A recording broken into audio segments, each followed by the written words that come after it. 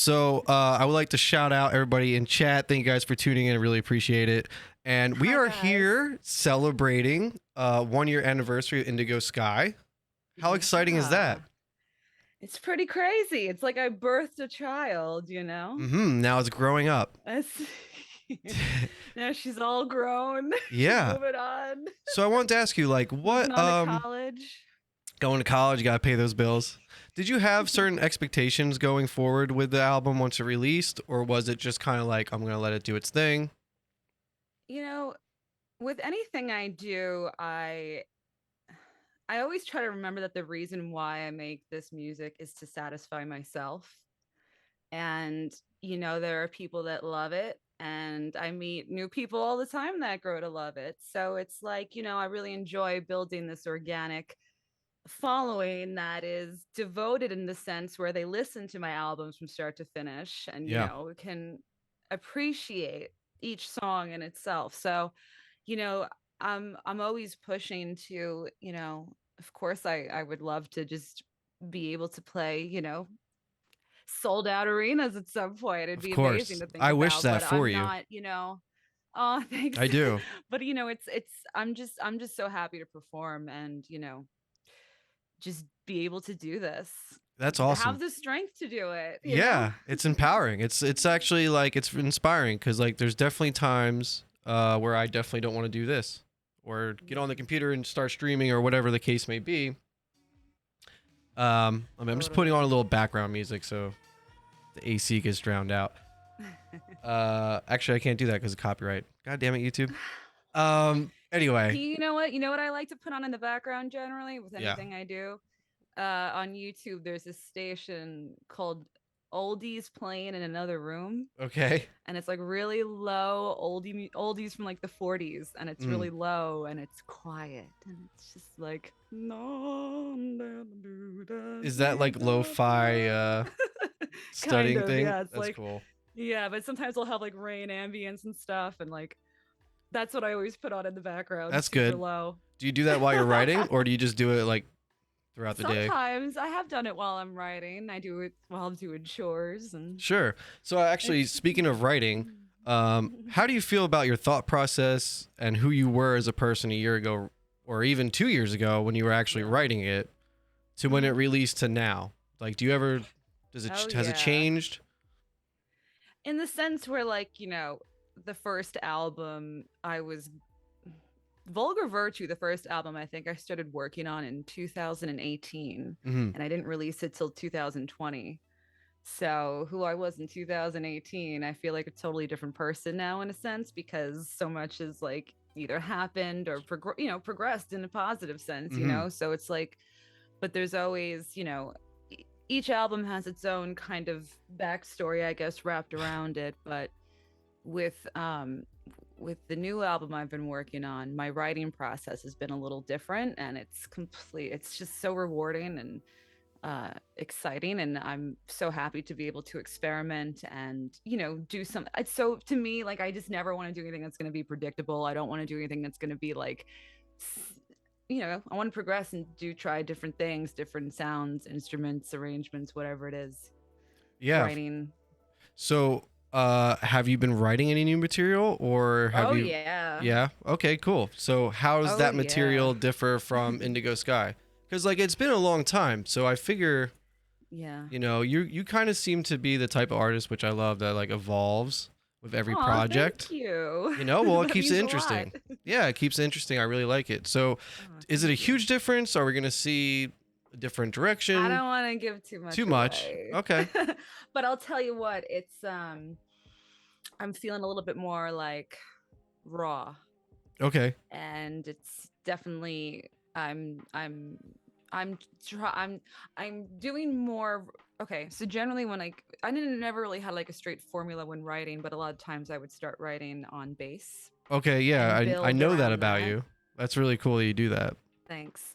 Build around that, and what I've been doing, experimenting with lately, is the other day I worked on a demo track and I wrote poetry, and I wrote literally everything that was coming to my brain, like instantly. Just wrote it because I was going through a lot in the moment. Right. You know, there was some stuff going on, and I just got it literally all blabbed it out. And then I picked up the bass and I just started messing with just, a simple little riff and started rapping this melody around this poem I pretty much wrote. And I've been Right. doing that a lot. I've been kind of writing, sorry, I just smacked the mic. You're good. Writing more verbally first. Mm-hmm. And it's not with every song, but with some songs. And it's exciting because it helps me almost like write more from like a poetic sense and write more. I read a lot of poetry. I've got a lot of bedside poetry books, and it's just very inspiring to kind of just let the words just flow out. Yeah, no, that's good. I don't think a lot of people get to channel that. And it's so like, I wish everybody would, because I try to encourage even some people in my family that are going through things, like write, like just writing helps. You don't have to write poetically. You don't have to write, just write whatever the hell is on your mind. I've got journals just filled with a mixture of to-do lists, poetry, ideas, and just stuff that's on my mind. It's just good to get that stuff out. It's therapeutic. Yeah, well, that's a gift, I guess I would say, in some sense, that not a lot of people get. A lot of people don't have any artistic outlet, or they don't allow themselves to have it, right? Because potentially everybody can do something artistic. Everybody has some sort of, I feel like, artistic outlet. And I think, but you have to choose to be creative and choose to take the time to write, even if it's just 5 minutes. I mean, at least you are writing and letting your brain juices flow a little bit too, Yeah. I mean, I've had months and months and months where things are very stagnant in my brain creatively, and it can be really, for me, like really depressing. And I'm like, you get wrapped up in, what do I do with my life?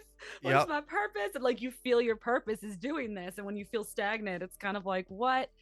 But I've been trying to take I think it was David Lynch that said it. He was like, I don't believe in writer's block. Right. And he's like, it's a terrible word to say. And I'm like, he's like, because then it makes you think that this thing actually does exist, to the point where you can't even write anything. Yeah. But, just writing from your soul and your brain, it could be anything. I just feel like everybody should do it and get a little bit of creative outlet out. I've been also painting lately, more so, and like I find that to be very therapeutic in a sense. And I don't consider myself a painter, but I know how to blend and yeah, right. Well, with the makeup, right? You learn how to. Yeah. Cool. So cool. So you've been branching out. Is this something you've always done, painting? Like, I'm not sure if I ever remember you painting. No, well, here and there I did actually. Honestly, when Bob I was Ross. like a little kid. We would hang out and watch Bob Ross a lot. Yeah. Yes. And we would just, I think we'd get like stoned, and then like he would like draw a bird, and we'd be like, what? How did he do it? Yeah. He would just like flick his wrist, and it was a bird, and it was like the most amazing thing you've ever seen. Yes. So funny. Smoking in the Ridgewood apartment. Yep. So it's like, I mean, that honestly, one of these, I've been telling my friends, I was like, can we please have like a Bob Ross painting party? Like, it would just be so nice just to sit with a canvas and just like follow Bob Ross and what he does. Yeah, definitely. I think it would be really interesting to do that, especially if you're stoned. Yeah. For sure. But I honestly, when I was like a child, like as far back as I can remember, I was dancing and like drawing and coloring a lot. I was always kind of like an artistic. Like I used to get art kits all the time as gifts because everyone knew I liked to like draw and stuff like that. That's good. But I didn't start painting until, honestly, this is going to sound really, really depressing, but when my cat Ginger passed away, I had her for 18 years. Right. And I was just That's a long depressed. Time. Yeah. I was just so depressed, and I just had the urge to just paint, and I still have the painting, and it was like a very like heavenly, like just pink. I like to draw like nature stuff, so it was like clouds, pink clouds, and like a blue. It was just very like heavenly like, and I just wanted to picture my ginger baby floating on a cloud in peace, like seriously. And I still have it, and that was my first time really like painting on a canvas. It was like a way to get your grief out onto paper, I guess. Yeah. So now I do a lot of paintings just from like experiences. Like I try to take snapshots in my brain of like what the nature aspect is around me. So everything so far has been inspired from like moments, like deep powerful moments in my life and what the nature aspect was like around me. Well, we were just talking about how you were in Ridgewood and like in the city and everything, and now you've been living for probably a year, maybe a little bit longer. A few years I've been in upstate New York, yeah, and now I'm in the mountains, and it's fucking beautiful and peaceful, and it's nice because I still have access 5 minutes away to things I need. I'm not like totally, which is a beautiful thing. Yeah, like, and I'm not totally fucking isolated. Like I've stayed at places that are like, you know, a good half hour away to like towns, and I'm like, I don't think I'd be able to do this. Yeah, maybe like that I'm an old lady, but you're so used to everything on demand. Yeah, moving remotely, so to speak. You know? Yeah, but it's so beautiful up here. I never expected to be up here. I was, you know, born in Queens, and I was in Long Island. I grew up in Long Island, and then I moved back to Brooklyn, Queens, and it was so much fun being there. And I think it's exactly what I needed at the time, you know, was to be there. And I had a rent controlled apartment. I was so fucking lucky. And like, seriously, like, I don't know how it just happened, and you know, it worked out, and I had a beautiful fucking rooftop view, and it was like perfect at the time. And you know, it's now this is perfect for me, and where I need to be is in nature. Well, just the little window that you're giving us into your apartment or house, I would say, is, you know, it's typical Tryst fashion. It looks like you really are just like out in it, and I think the whole nature thing's really been adding a vibe to Tryst that we haven't seen. You know, it's pretty cool. Here, I have skylights above me. I don't know if you can kind of see. We can kind of see, yeah. There's one. That's gotta be awesome. Like, you know, smoking or drinking some wine at night and watching the stars. I do have a skylight above my bed, and that's seriously, awesome. I mean, I one time saw like either a UFO or a satellite really microscopically in the sky moving. It was crazy, but that's cool. I was like, whoa, because that's how dark it gets, you know, so you can see like all the stars, and it's pretty amazing. Very cool. So I highly encourage everyone at some point to just take some time and visit like nature areas and just experience it, because everybody needs it. You don't realize you need it until you experience it, and you're like, wow, I need this more. Yeah, I was about to say that. I don't think people really get it. Like, I mean, I love going camping. I just haven't done it. But like going camping for like, you know, more than a couple days is such like a jump start, like a refresher. You know? I've only camped once, and it was last year, and it was because we were performing at a campground, like little festival. Okay. It was actually in a really beautiful spot. It was right on this huge river. But you know me when I perform, so I literally slept in it. I got dressed and in a child-sized tent in latex in 90 something degree weather. That's in insane. The middle of June, and like I had a feather boa and latex gloves up to here and thigh-high boots, latex, everything, and like huge eyelashes. And it was so fucking hot when we were performing, and there was, you know how bugs are like attracted to light. Yeah, of course. So the lights were like right on you in a 90-degree sweatsuit. Yeah. Fucking they're getting like stuck in my eyelashes. I feel like fluttering my eyelash. Best performance ever. Listen, they loved it, and it was the first performance after COVID, so I was like basking in it. That's awesome. Well, I mean, but I joke. You gotta look at like everybody that has ever, like Lady Gaga. I guess that would be a perfect example, right? It's like she goes and does that stuff, and she did it when nobody was watching. Yeah. So it's like, I think in order to do what you do, I mean, right? You would have to throw yourself at it, even if it's 100-degree weather. Totally. I always tend to be suffering when I'm like either making a video. I'm either like freezing my ass off or like dripping sweat in like 1,000-degree weather. There's never a happy medium. Yeah. When I did Vulgar Virtue, I was top of the mountain, fucking 2-degree weather. Yeah. Literally, my hands were frozen. I remember you telling me that. Hypothermia. It's sacrificing for your art, right? Yeah, it's kind of like a sick pleasure I get out of it, I guess. Sure. No, it makes sense. I mean, that kind of has to be it, right?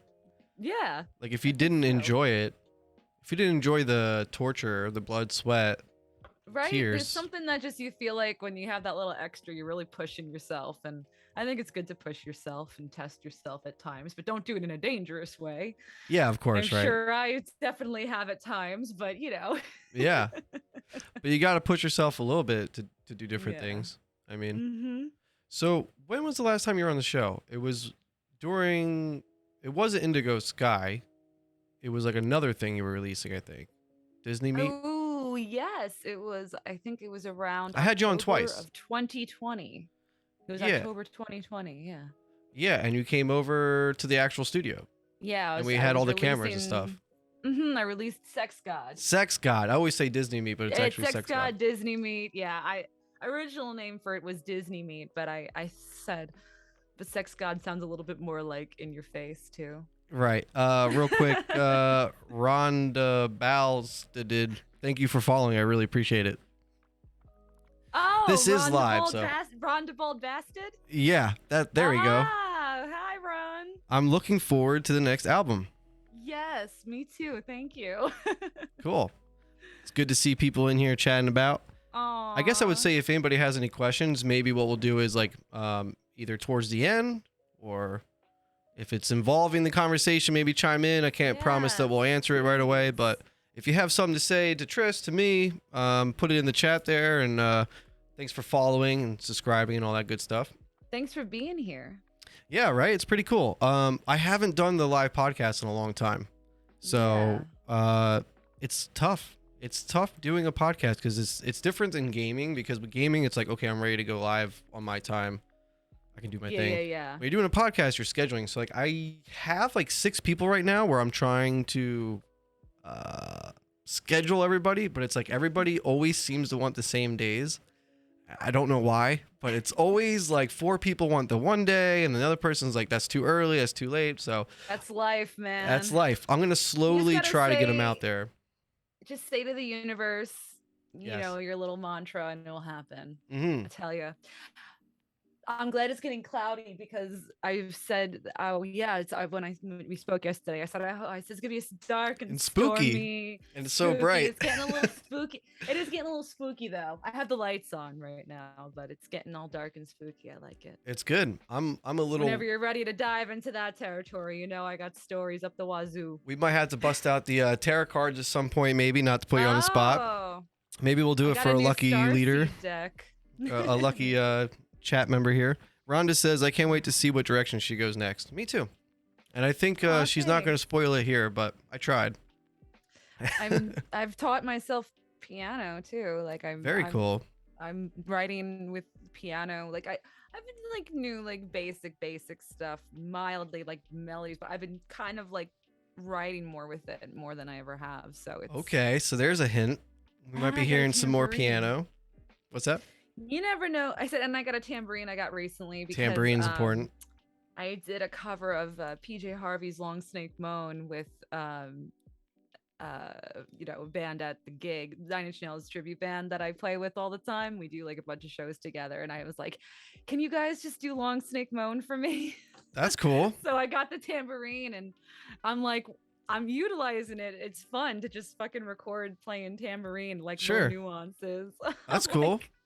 I'm enjoying these, like I'm really enjoying the real rough demo process because it just allows you to just kind of say fuck it and just be a little more free before you start fine-tuning everything. Yeah, it sounds like we're gonna get a little bit more of a dynamic sounding Tryst coming up here with some piano, some ambient sounds maybe. Yeah, you're gonna get something. All right. Chat, I'm like trying. To give too much away. I'm trying, chat. A good journalist. I'm not a journalist, but you know what I'm saying. Like, good interviewer might be able to get a little louder. You got a little. A little. So tell me about this band because I have seen you some clips and stuff you playing with these guys. How did that come about? Because I know the last time you were on, you were talking about. I think maybe you did one show with a band, and you weren't quite sure. Yeah, so I'm just such a huge 9 Inch Nails fan, and I connected with them a few years ago, and you know we just do shows together every now and then, and I love to do you know, because again I'm such a huge 9 Inch Nails fan, so it's like I like to utilize like the burlesque when I do the burlesque nights and stuff like that. But I'm working on also for fun, because I do a lot of parties up here now. I'm starting to get, you know, a little bit all around, you know, the Catskills, Woodstock, Albany area. I'm trying to branch out a little up here and kind of get a scene going up here with parties because there's not really much going. I mean, there's some stuff going on, but like not the type of shows I'm doing, I feel like, you know. Yes. So Do you think that's not to cut you off, but do you think that's an advantage to, instead of something being already established, maybe cultivating a scene?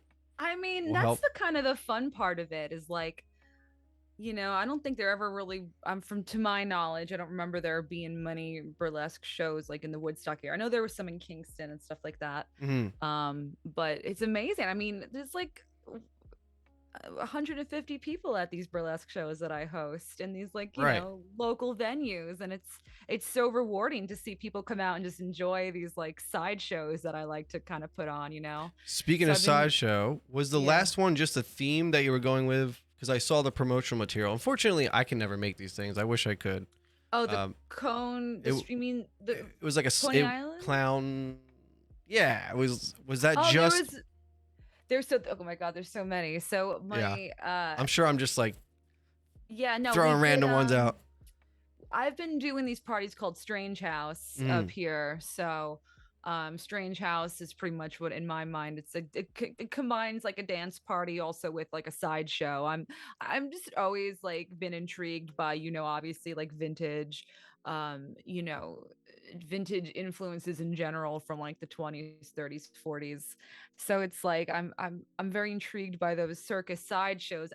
And what's fucked up about the sideshows back then though is that like these people, like, literally, it seemed like they had something wrong with them, or there was like, you know, considered like they had two heads, or, you know, whatever it was. And, you know, that they were paraded around, and like that was like all they had in a sense. But it's like, you know, I want to take not that aspect of it, obviously, but the more like risque side of it. So like I like to just try to combine like people sometimes doing burlesque, or people doing like the freak show stuff, whether it's like stapling or, you know, Bed of nails. yeah, like a little bit of all that stuff. And then we also bring the live music, live bands. So I'm actually getting a live band together right now to do like some fun tribute nights to, like, you know, 90s music, because Awesome. I'm really like, for me it's just another way to like throw parties, have fun, and honestly make money while doing it. You know, Who's got it better than you? I'm a hustler, man. Who's got it better than you? That's awesome. So, you know, we're gonna be doing like songs by Hole, PJ Harvey, Jane's Addiction, Smashing Pumpkins, like a little bit of everything. Okay. Just for my own enjoyment, and I'm hoping that they'll eventually play my original stuff as well once I finish the next album. So Rhonda is saying, how about doing an EP of covers before the next album? That would be sweet. Oh, that would be fun. Yeah. I just don't know if I really have that. I'm so focused on, I'm writing like a crazy person. Like if you saw my voice notes right now on my phone, I've got about 600 in there, and they're all, I mean, literally my first two albums are in that phone. Yeah. By me going like bum bum ba da ba. That's like, awesome. Do it. You know what I'm saying? Like things like that, or recording myself playing bass and piano. So can you dive into a little bit of your process, if that's okay? I know not everybody always wants to talk about it. No, I don't care. I will not discuss my writing process. Right. My writing process, I mean, oh, it's raining. Look at that. I didn't get any rain yet. Do you hear it? No, which is good. No, I kind of was hoping you did. Maybe a little bit. I don't know. I'm going to open his back window. Okay. Little ambient rain noise. Yeah. Like those videos I like. Yeah. So the writing process for me is like, it's just so sporadic, because it's like, again, like I said, I've been kind of experimenting with writing poetry first. And then, you know, working the instruments around that. Sometimes I'll just go to the piano and just start moving my fingers around, letting whatever wants to come through me use me to make these music. Because I'm going to be honest with you, if you really want to know how sometimes the writing process goes, you know, I'm a very spiritual person. Yes. And sometimes it almost, when I write things, when I let my mind completely go into almost like a meditative state in a sense, and almost let my fingers move on their own, it really feels like there is some sort of influence from some other energy form transcending through me to make this happen. Yeah, like you're being possessed. It in really some way. no, it literally it feels like I'm being possessed sometimes. My head will like go back and like it's but in a powerful way to me where I can feel this coming through. I know people are gonna fucking think I'm probably crazy for saying this, Well, but fuck them. I can say it proudly because I honestly and it's not It's something that working. happens like it doesn't happen like every time. It's not like it happens Yeah. every day or every time, but every now and then it does.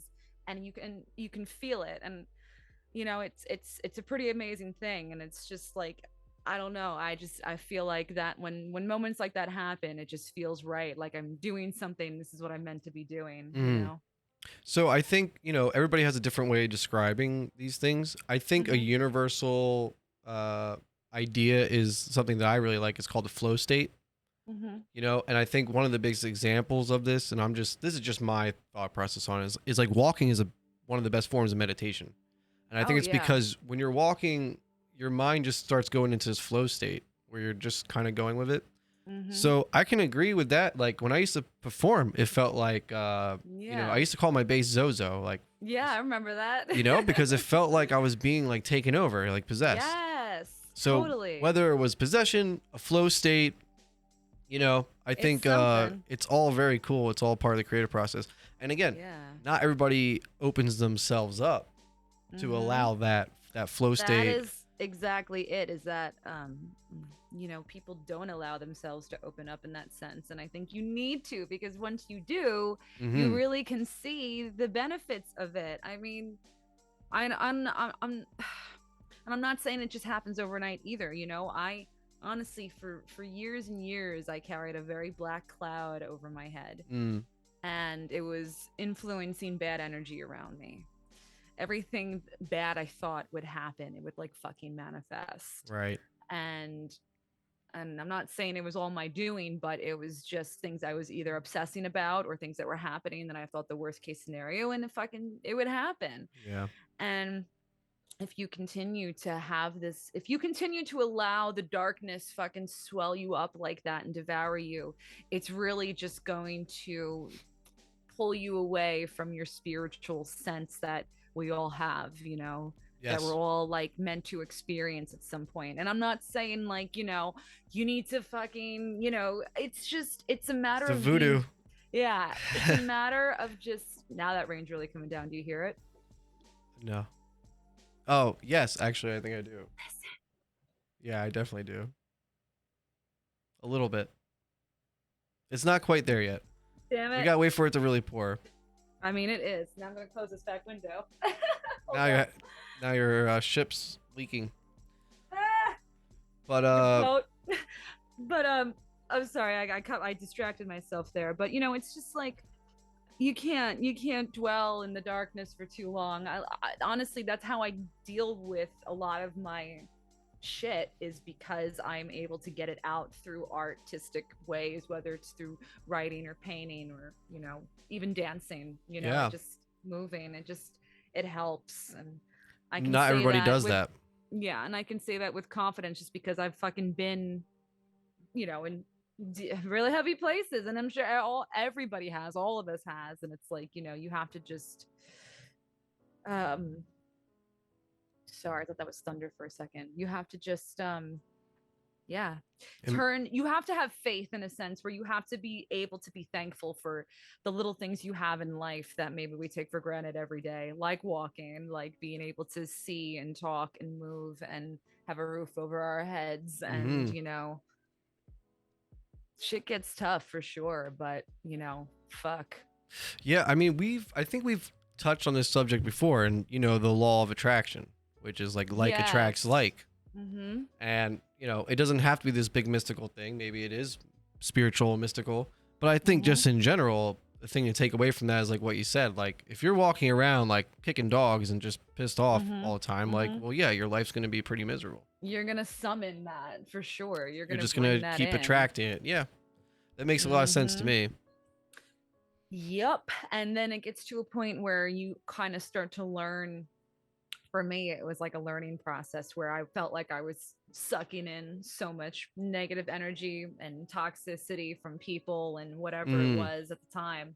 And it's like you deal with that for so long, and then you do get stronger from it. And people think that's a cliche, but like you do, like for me at least, I went through, it gave me thicker skin, to now know that I don't want to put up with that bullshit anymore. You know what I'm saying? Yes. If anything toxic comes my way at this point, I really brush it off. And, it's just, especially if it's coming from something or somebody that has their own issues going on, you can't take it personally, I guess. Yeah, I've always said too, like, I want to help everybody I can, but you don't jump in to save someone drowning. You throw a life preserver.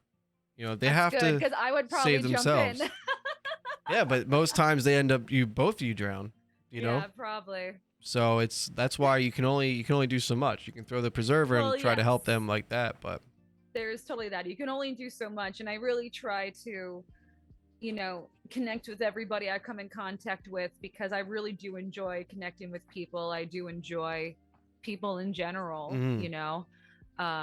but I also really enjoy isolation as well, and being alone. Well, you need to recharge. Yeah, and there's nothing wrong with that. It's like you gotta have downtime for yourself too. Yeah. I feel like most artists and stuff like that, they hate having downtime because they feel like they should always be doing something with their downtime. But you really have to learn to take care of yourself too. And like sometimes you have to just lay around and binge a show or whatever the fuck it is, and not feel guilty about it. Because I used to feel so guilty about shit like that. And like, once I start getting things going, it's like, you got to allow yourself to just be good to yourself and not be so mean to yourself and your brain.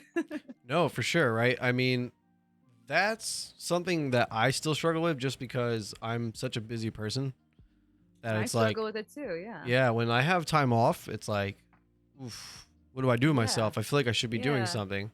And then there's also, to go back, like I just visited with my family for like a week and a half, and I loved it. But like by that last day though, I remember being like, I think my social energy is gone, and I need to like go back to my house and kind of recoup. I get it. Recharge a little bit. Oh yeah. It's important. So absolutely, we touched upon and we kind of got sidetracked, as we usually do, which is fine. The cover band, or the band you're working with, I guess.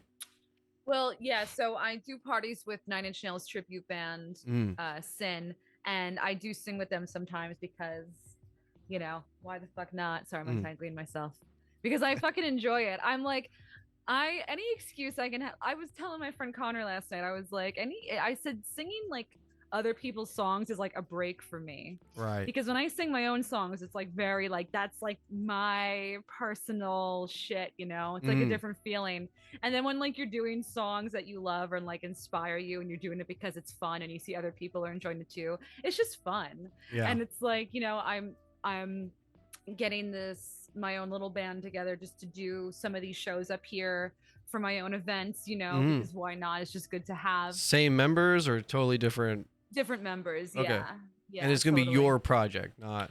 Yeah, and then I'm pretty sure that some of them might stay on and do my original music with me. I've been doing, my original music mainly with my backing track, and I did that because I just was like, I wanted to get the fuck out there and just do it. Of course, yeah. And I did bands for years and stuff like that, and it was fun. But I knew eventually I wanted to get a band together, but it was fun to do it on my own in a sense and make the stage a little bit more theatrical. Yeah. But I'm ready now where I feel like I want to emulate my music live. Do you feel like it's at this point, because you've been doing it kind of solo with the tracks and like maybe having props or whatever it may be, dancing and stuff, do you feel like now that you've kind of, I don't want to put words in your mouth, but like maybe mastered that kind of aspect, now adding the band is not really changing it, but just adding like a layer? Yeah, totally. I feel like it's just going to completely give the whole live show a way more like immersive experience. Like I want to wrap around people, what I'm saying? Yeah. And you know, it's when you have live instruments, it's just so much, it's a fatter sound, you Of know, course, yeah. it's, you And know, there's imperfections in it. yeah. But when I played the Unconvention back in November, and my friend played guitar for me, Mm, and it was the first time I had a live guitarist on stage with me. And it yeah. was so much fun just to have that extra element, you know? So, Well, they're um, also, you can, a track is static. So mhm, like you hit play and that's it. You're going through. yeah. But when you have the live band, now you'll be able to like make cues and be like, hey, if I do this, or like if you notice Yeah. this, which is cool. And I love to feed off the energy too from the other musicians, you know. I like to have some company on stage, you know what Yeah, I'm saying? Like sure. So how big of a it's, you band? know. Because like I see Um you said you're talking about piano. right now I've got a drummer, bassist, and guitarist lined Mm, up. cool.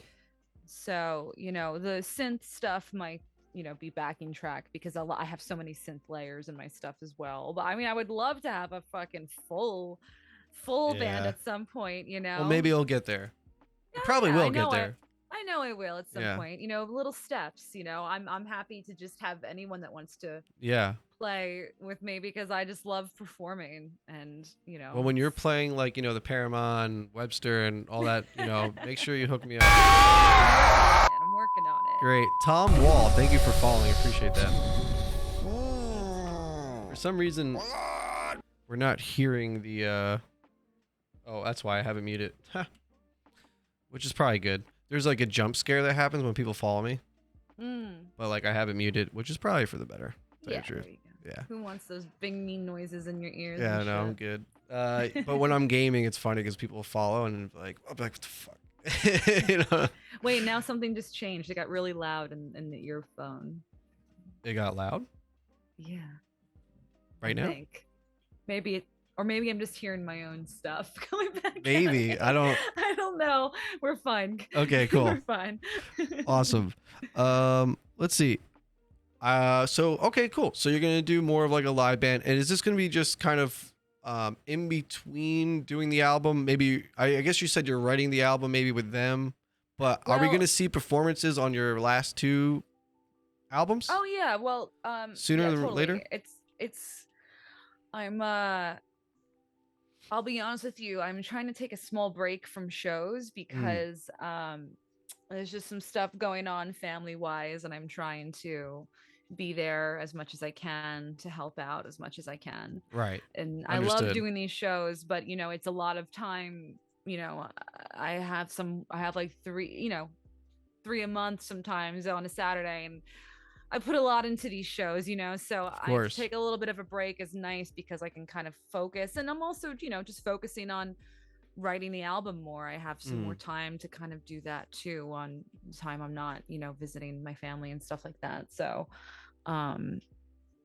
you know, it's not going to be a long break, but just for, I think, a little bit of a summer break, a mini summer break, you know. Plus I want to also Enjoy take yourself in the summer and enjoy. Well, you mentioned you like know? the beauty of nature and stuff, and you said you're going to a Yes. lake, and that's awesome. Yes, floating around on a lake. Who's got it better than you? I mean, honestly, you sound like you're living the rock star life. I mean, I'm happy it's for you. pretty wonderful. I feel very blessed, honestly. Like, Yeah. I can't say it better. Took a like, lot I of hard really work, do. though. It did, and I feel like, you know, it's, I don't know, man. Things just fell into place magically in a good It happens. way. That's how it usually happens. Yeah. So. That's a beautiful thing. I'm so happy for you. Thank you. I So appreciate that. we haven't really had let's change it up a little bit. We haven't really had a mellow update in a while. I know he's got a little bit of a following with your She. fans. I always do that. Why do I do that? I wish I could show you right Mhm. now. She's sleeping on the ring light case with the ring light Still? in it. So Nice. she's dipped in the hole. That's awesome. Oh my god, it's adorable. I kind of want to take a picture. Rhonda says, She "Aw, looks- kitty." If you do take maybe take a picture and post it and say you're live on Twitch. Let's see. Tom Wall says, "Hey guys, lovely to see you, Tryst." Lovely to hear from you. Cool. So, taking a break and all that. I mean, you used to go live a lot. Mm-hmm. Can we expect to see some little live streams from you I in mean, the if meantime? y'all want that, I'll do it. Oh, okay. It's not a matter of that. It's just I took a break from that too because honestly, like You don't have to get into anything. yeah, it's just, I You just needed a feel like break. I feel like you need a break sometimes. I feel like sometimes it's like I don't want to seem too vulnerable sometimes in a sense because, anyone can just come in and be freaky. Be freaky. You can't do it here because you'll get the ban hammer for life. And I love freaks, don't get me wrong, but it's Yes. got to be the right kind of It's got to be freak. appropriate. It's got to be an appropriate freak. Yeah. Understood. So, I took a little control back and, sometimes you just got to fucking take a break. I remember, I just kind of sometimes wish we didn't have social media, honestly. Well, I think there's something to it, right? I mean, in the There's last some 20 real years. beauty to it. Yeah, There's but in some the great last 20 things to it. years, it's like everybody's so attainable. So like, you get all these like high class. You get like high class hookers. high class hookers. When we try like actors, like famous people and stuff. Or Yeah. people gaining there was a mystery about it. Yeah, You I mean, I know, do and like to now keep a everything's little mystery. but everything's so like I see you. I see everything you're doing. Yeah, I do like to keep a little mystery too, though. I'm not That's gonna good. lie. I think you need to, and everyone knows that anyone who comes to my shows knows that I will talk to you and hang out with you and party with you. Just be respectful. Yeah, and it's just Treat you like I'm a person. It's not even that. I'm just more of like I prefer connecting one-on-one with people. Like, Yeah. in the physical realm. Yep. But I would love to get more on the live streams again. I should. I'm just You ever think about a different platform, like maybe going to Twitch or YouTube or something, where it's generally I mean, more? listen, if anybody wants to hear me sit around and gab and talk, I'm so down. I think you would do really I well think on, maybe it's on my a specific own, platform. and it could just be my own insecurities, honestly. Which the voices inside your head that tell you suck. Right? Yeah. Well, maybe it's like part of the balancing. Sometimes. I'm trying to listen. I do a lot of speaking of tarot cards. Anytime I'm feeling off balance, I'll do a tarot card reading for myself, and I'm always buying different decks because I love buying new decks. I just bought this new deck called the Starseed deck, and what it's about is like I truly believe this. I feel like our souls are like, they continue on in a sense where we've lived lives before. And each life we're in, we are here to do what it is we came here to do, in a sense. And, could be in whatever it is that is. But, like a purpose. It's like to fulfill it. You know what I'm saying? And so this deck pretty much talks about like what your purpose is, what your soul purpose is, what your physical now purpose is, but also what your purposes were that you've brought on from previous lives, and what your challenges are. And I mean, it was so interesting because it was pretty spot on. And one of the main things it said in mine was that you came here, and it kept using the word write, create, connect, and stop fucking second guessing yourself. That's good. Well, the gut instinct is like, it's like that. When something's off, or like if you have an instinct to like your first reaction usually is correct, right? I mean, yes, in my experience, 1,000%. I had a woman tell me recently. She said, "Follow your gut instinct, not your mind instinct, because your mind will usually tell you the opposite of what your gut's telling you, but your gut is always the right thing usually." I think so. Yeah, and that's some good wisdom. And honestly, like a huge reason why I make these songs and write is because it helps me therapeutically, but I really hope it helps others, and I just want people to connect with it. I just want people to connect with it and connect with me on that level. And that's what it really comes down to. That's the most gratification I get out of it is being able to put this music out and have people connect with it. Yeah, and comes the thunder. I hear it. Yeah, now I hear it. Nice. I think that's really cool, though. I think you're very personable, and I think it's pretty genuine. The fact that you do want to reach out and connect with other people. I think it's pretty cool. I mean, listen. We mentioned this before. Like, you can't heal everybody, but I will listen to people if they want, but I can't also be a therapist. I think they're called emotional vampires. Well, I can't. Yeah, like, you know, it makes me sad sometimes when people just, who I've never spoken to before, will send me sad things, and, you know, my heart goes out to them. Yes. We're all dealing with our own things, and I can't, I'm not a therapist, but if you want to talk, I'll talk. But, you know, you can only give so much, though. If I've never spoken to you before and you're laying all of your life's problems on me, it's really hard for me to be able to even connect in that sense, you know. And I've had that happen years on, because because I understand I attract that type of attention that way, where I am very like, you know, let's connect, let's talk, you know, come hang out, come say hi at my shows, and you know, we can be cool and friends and stuff like that, you know, and I'm happy to do that. And I have those relationships with people that are great, you know. I just don't want it being taken advantage of, you know? Yeah. And I think people like in your position sometimes have to choose. I mean, I don't know what you do, but I think like people in general, I think maybe like they've learned to just like kind of ignore it. And I think people might take that as like, oh, this guy's being a dick or whatever. But it's like, you're not really here to be a therapist, so to speak. If you want me to be a therapist, just listen to my music, and I hope it helps you, honestly. That's the best way to say, yeah. Seriously, the way like the Downward Spiral by 9 Inch Nails when I was like 14, the way that got me through things in my life at that time, that album still to this day is one of my favorite albums of all time. And it's because I connected with it on such like a deep emotional level. And that's what I want. I mean, listen, here's a funny story. Actually, I did a gig a few months ago, and it was like, you know, just a little variety show I put together at a local place, and I did burlesque, and I sung 3 of my songs. So I did burlesque first, and I did the song After Dark, only for that song. It's from Dusk Till Dawn, that's Selma Hayek. Oh, okay. Where she's dancing. Yeah. Yeah, that song. I recently just watched that again. Oh, okay. Yeah. So I did that song, and I was very like, you know, I was more messing around with like classical burlesque influence at the time. Yes. And then, you know, when I came out to do my songs, I came out as I usually come out, I had my masks on, you know, I'm coming out singing my heart out. And my friend said that her friend, who I've never met before, was like, why is she so sad? Oh, she was, because the difference, she's like, she came out and she did burlesque and she made me so happy and I was feeling it, and now she's making me really sad. I'm like, God, you know, like, here's the thing, I don't want to make people feel sad. Yeah. But, you know, my music comes from a place of, you know, in a sense, it comes from a lot of sad places. It comes from a lot of happy places too. Not all my music is sad.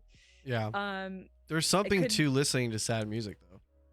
That makes me happy. Some people don't want sad music. They just want to, you know, I guess some people just want to go out and be happy, and maybe I made her sad, and I don't want to make anyone sad. She's allowed to feel her feelings. I did jump on the bar and start dancing and rocking out. I mean, you know, I was having a good time. Yeah. That's interesting for someone to say that. Dopamine Dreams. That's probably why. Yeah. Dopamine Dreams. You know, my bluesy song. But I love singing that song. I think that one, and I always say this wrong, and I think I'm going to nail it this time. 27 guns. 28 guns. God damn it. Every time. Why do I always say 27? I don't know, but it's kind of funny. All right, 28 guns. I think those are my 2 favorite. Thank you. Those are my favorites. So far. Thank you. 28 Guns is like one of the songs I really would love to just emulate live with a full band, because it's got that huge Pink Floyd influence on it. Yeah. I originally wrote it with Steve, my darling Steve, my writing partner. I miss him. I haven't seen him in a long time because things have been so crazy. And I'm always sending him my little demos I make here. But you're still working with him. Oh yeah, we actually did work on a couple of demos together. Cool. And I've been just working on stuff myself. Honestly, I was never a very good technical programmy person, and I've just been teaching myself to be. That's good. I gotta tell you the truth. The streaming stuff I can do, like video editing, like I can learn all that stuff. Anytime it comes to recording something, like I don't have the patience. I don't know what it is. I've been better at it. I can't understand it. I actually got Premiere Pro not long ago. I love Premiere Pro. I love it so much. Not sponsored, but shout out to Premiere Pro. Yeah. Hi, Premiere Pro. Thank you. I mean, that's another thing I'm doing music video editing now for people. and that's so Ooh, rewarding. like on Fiverr, or like is it just people you know? Well, it's been mainly people I know that are like local musicians and stuff, and it's been so much fun though. Are you filming it or just editing it? I do some film, I do full edit, and I do some cameo appearances most of the time. You are a hustler. You're just doing everything. That's fantastic. Go check out Toxic Tito, I Don't Like You. That I make a main role in that video, and I also did the full edit. And Dimitri Wild and the Spells, I've done 2 of their videos, some co-starring, full edit, and I'm doing another one for them right now too. Fantastic. That's great. And these are are these bands upstate or just people? Okay. Yeah, people we met upstate, and I gotta tell you that what I love about being upstate is like there's a nice sense of community here, which I really enjoy. Like, and all of my friends I've met, when I first moved up here, I didn't have any friends. Sure. I was like, I don't have any friends. It's sad. All my friends are back home, and I've met such amazing people that are now lifelong, like that's close beautiful friends. And it's like, and they're all musicians and creative types, or my one friend Jen, who recently did some film work with me. We did a little project together that I'll be uploading at some point. Want to tell us more? It's like it's a little bit of a documentary. Okay. About the scene, mainly me interviewing, showing where I live, little things like that. Well, I'll be sure to post that once you do. Thanks. More personal look, I guess, at me, because again, like I said, I haven't done the live stuff in a long time. I've been very, a big reason why I also stepped back from social media lives, because I really don't. I personally am not into getting so wrapped up in myself, in the sense where I'm like talking to myself on camera. Sorry. Sure. Let me get rid of that real quick. Sorry. No, you're good. So I would like to I prefer to do more artistic approaches to, and a more insightful look at me and interviewing and talking to me in that sort of sense. I did the live stuff too. A big part was during COVID.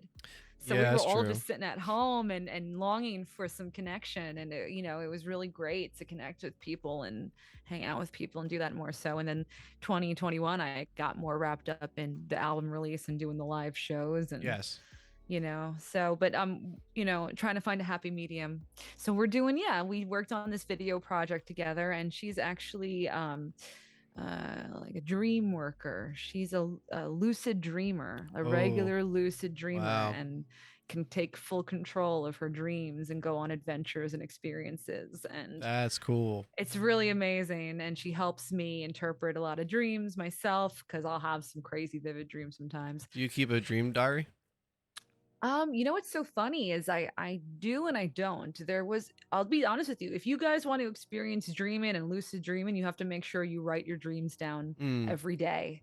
Because when you write them down every day, you will start dreaming every day. And that's what was happening for me. And then once I just stopped writing them down and got sidetracked, I stopped, kind of dreaming more so. Yeah, I think I've told you this before. I'm not 100% sure, but there was a point I was working like I don't know how. I'll get off work at like 5 in the morning. So my sleep schedule was all messed up. And it got to the point where I was lucid dreaming so much that I was thinking I had conversations with people and I wasn't. And it got really bad. So like I had to like really figure out how to stop doing that. It was kind of scary. Interesting. Yeah, because I didn't really learn how to control it. So it was like as if I was going through my day. I was like having coffee with my mom. Yeah. Having conversations with like my roommate and stuff. And then like I would wake up, because it would be like afternoonish nighttime now, because like that's when I get up. And they were like, what are you talking about? So that's always been an interesting time in my life. That was like a couple months. Yeah. It's kind of scary. Like how. Here's another thing. Side note, I've also been doing voiceover work for lucid dreaming and meditation videos. That's awesome. I'm working with the channel Lucid Power Mind. Okay. On YouTube, and I do guided meditation, guided lucid dreaming techniques. So it's something that you put out on of body experience, meditation sort of thing. And you put this on before you go to bed? You can, or you can do it throughout the day. Some of it is for before bed. Some of it's just for like whenever you want to meditate. Interesting. And I've been doing that because I was asked to. What is the name of it? I'll plug it if you want. I'm gonna Lucid Power Mind on YouTube. Lucid Power Mind. I just want to make sure I have the right. Yep, yeah. Lucid Power Mind. Awesome. We're gonna drop that in the chat for you guys. Go over there. The latest video that was uploaded 5 days ago. It's got almost 6,000 views, and it's a sleep meditation video that I did. It's very cool. There's a few.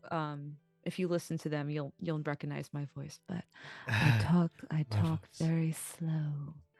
Very good. Very dreamy. And it's so great because like I've never done this before, and it's another thing. You're just doing everything. I kind of feel like I am, but it's so great to like know that people are like listening to my voice. Yeah. To help guide them, in this kind of interesting adventure. So it's like. Do you think you're ever gonna end up going off and creating your own type of meditation thing? Listen, my goal in life is to one day just be when I'm, an elderly lady. Right. With all the world of wisdom. I want to have all the wisdom. I want to be able to connect higher things more easily. Mm-hmm. Here's the thing is like I'm a very spiritual person, and then I'm a very creative person. And they two go very hand in hand, but it's like, you get so focused on one thing, you can't really focus on the other thing. I try to find the balance, but I'm sure there's going to come a time when I'm like, 70 and I'm not going to look all that hot in my latex anymore. Hopefully I will. You never know. Hopefully I will. But, I hope by then I'll have a lot of like wisdom. I'll be able to just read people. I mean, I can already kind of read people's minds, honestly. Right. So I just want to be able to do it better. Yeah. And really get in there. Yeah. And be able to just like flip over a tarot card and instantly know what's going on. I'm kind of, so I can read very well, do very well readings, but I still have to read from the book in a sense to understand what the card means, and then I am able to interpret it once I understand it. Yeah, I mean, it just takes dedication, right? Like, yeah, seems to be repetition is the mother of skill. Yes, it's one of my favorite quotes. There's a lot of things to remember. So, but I just want to get more connected spiritually and more centered, and just be able to keep going through life, and being able to just have moments come to me where they will guide me and help me, move forward in a way, whether it's financially or creatively or something, Sure. I mean, you manifest it, right? So tell you what, it's we're coming up on an hour. So why don't we read a couple of the comments here, and then we'll play a track and come back and talk some more. Looks like Tom Wall says, looking for more outcasts and less pervs. I guess he's talking about the live streams. I don't know. To me, the social media has made promoting easier than the day of pavement pounding, and it gives more exposure. Social media makes it hard to promote because when they see you're trying to promote, they want you to pay to promote. Yeah. So you have to type like a 12-year-old on AOL. Instead of using O's, you have to use zeros, and instead of E's, you have to use threes. Because there is like that whole organic reach versus like paid reach, and you're like, well, why can't it just be organic? But they don't let you do it organically. They literally block, and most people know this. Because I've seen so many of my fellow friends too. Like if they see you posting flyers or dates or promoting shows, there was an article that came out literally that said Facebook just wants to make it just a family friendly. They don't want artists on there. Which, you know what? Just do it already. You know what I mean? But we need a whole platform just for artists. We need a whole new platform just for fucking artists. How long until that gets corrupt, and crazy? Who knows? Yeah. But, Tryst, with all the things you're into, maybe we'll have something come out from the labs, from the... You never know. You never know. Is that on the works? Is that a secret? Oh, I mean... maybe. So then we have Rhonda also saying, a lot of music comes from a deep emotional well. And yeah, that makes sense. And Tom says, you're definitely connected to me on that level. I love you, and I'm glad to have met you, Tryst, with a black heart. Aw, thanks. And then he said, I'm surprised you didn't say 21 Guns like Green Day. don't know. I've gotten that. I know. I Damn keep it. doing 27. I have no 27 guns seems like a lot, but 28. Oh my Um, God. and me and Tryst live in 2 different parts of New York. Trust me, Facebook made it hard for me to leave a review about Tryst's album Indigo Sky on her page. And there it is. I think you're right. Maybe Listen, all I can say is that if you literally love what I do, if you support me, you have to just keep interacting and just sharing stuff, because that's the way things start to grow organically. And it's like, I'm always checking my shit every day, and I'm always responding. I like to respond. I want to get connected with people. That's the point of social media. I don't dwell on the drama. I don't get wrapped up in the drama side of it. I'm just literally there to use it for my benefit and connect with people from all over the world. Yeah, no. And like, I think, I don't know. I think maybe you're right. I think Facebook might have to Remember MySpace? do something different. MySpace was so much fun. I loved MySpace. I do remember Facebook that. came and we all switched to Facebook, and now I miss MySpace so much. Have you seen the meme that's like, I wish they would play music when you come to your page, and like someone's like, we finally reached a time where people don't understand, what MySpace was. Oh my God, I know. That's so kind of sad. Yeah, it is kind of weird. I remember MySpace. That was fun. Yeah. Learning the code and stuff. Everybody's looked different. Oh my God, yes. I knew all the codes. I used to do the MySpace whore train where you would you would trade, like, go add my friend, and then like all their friends would add you. Yep. it's we're dating ourselves now. No, listen. Here's one thing I'm going to say about that. I'm going to get really close to the mic when I say this. When people ask me my age, I don't tell them. You know why? Because I have lived so many fucking lives. I'm like 600, maybe 6,000 years old at this point. I don't believe in age anymore. I fucking forget how old I am at this point, because I feel like when they put the idea of age on things, they fucking almost box you into this idea that you have to do this before you get to this age. And it's like, fuck that shit. Yeah, Fuck no, that you can shit. do whatever you want to do, really. You do whatever the fuck you want. Take care of yourself, eat right, exercise, take care of yourself where you're not killing yourself, and you'll look great and feel great. And you got to keep your mind clear too, And I think that's the secret to, like, feeling fabulous at my age of, 57. Wise words. I'm going. Let's cut to a break real quick. I think what we're up to on the playlist is Painkiller 𝘉𝘠𝘉, the latest video I actually released a couple of weeks ago. There's a video. All right, there is so a video. Maybe we should watch the video I should have sent that to you. Yeah. God damn it. All right. Maybe I'll set it up like as we're talking for the next segment. For now, we can listen to it. You want to, or we can put on Underground. Okay, Underground. Let me find. That's my sexy song. All right, find the sexy song. Let's see. And then I'll send you the link for Painkiller. Okay, cool. Awesome. So guys, don't forget, do me a favor, leave a follow if you haven't already. I appreciate everybody that has, and consider subscribing. $5.99 supports the channel, helps me out a lot. Do it. And go find Tryst on the social medias. I really appreciate you guys. I'm totally convinced you're a deity from eons ago that has switched from vessel to vessel, says Tom. He's convinced. I believe it. On that note, we're going to go to a quick break. Don't forget, guys, you can spend channel points by hitting the little fox with a heart. If you want to. That's a thing you can do. And we're going to listen to Underground from 1 year anniversary, Indigo Sky. Yeah, woo! Let's go. Cheers to that. Cheers. All right, I got to say, I just had the best time in chat. It's not Rhonda. It's Ron, the bald bastard. That's what I said. I gotta be honest. I'm a little retarded. I knew you meant that, but I thought it was kind of funny. Dude, saying Rhonda. I'm so illiterate. So it's not even funny. Sorry, Ron. You bald bastard. It was a great time. Darth Ball is 45 redeemed hydrate, so we have to drink. Oh. So cheers. That's a I thing. just refilled Cheers. my UFO wine. Listen, guys, I don't normally drink at 4 o'clock in the afternoon. It's supposed to be water, but it's all right. But yeah, you guys can spend channel points the bottom left of the chat. You earn points just by watching. You can make a stretch, whatever, posture check. That was really awesome. Thanks. I see the MP3 files that you gave me forever ago pop up sometimes. So sometimes I randomly listen to your stuff. Yeah. Like when I'm working and stuff. It's very cool. Oh, thank you. I'm hoping to write a song at some point that they'll use for a dramatic scene in one of those, like, you know, Hulu TV shows or something, or like FX shows. Like public access.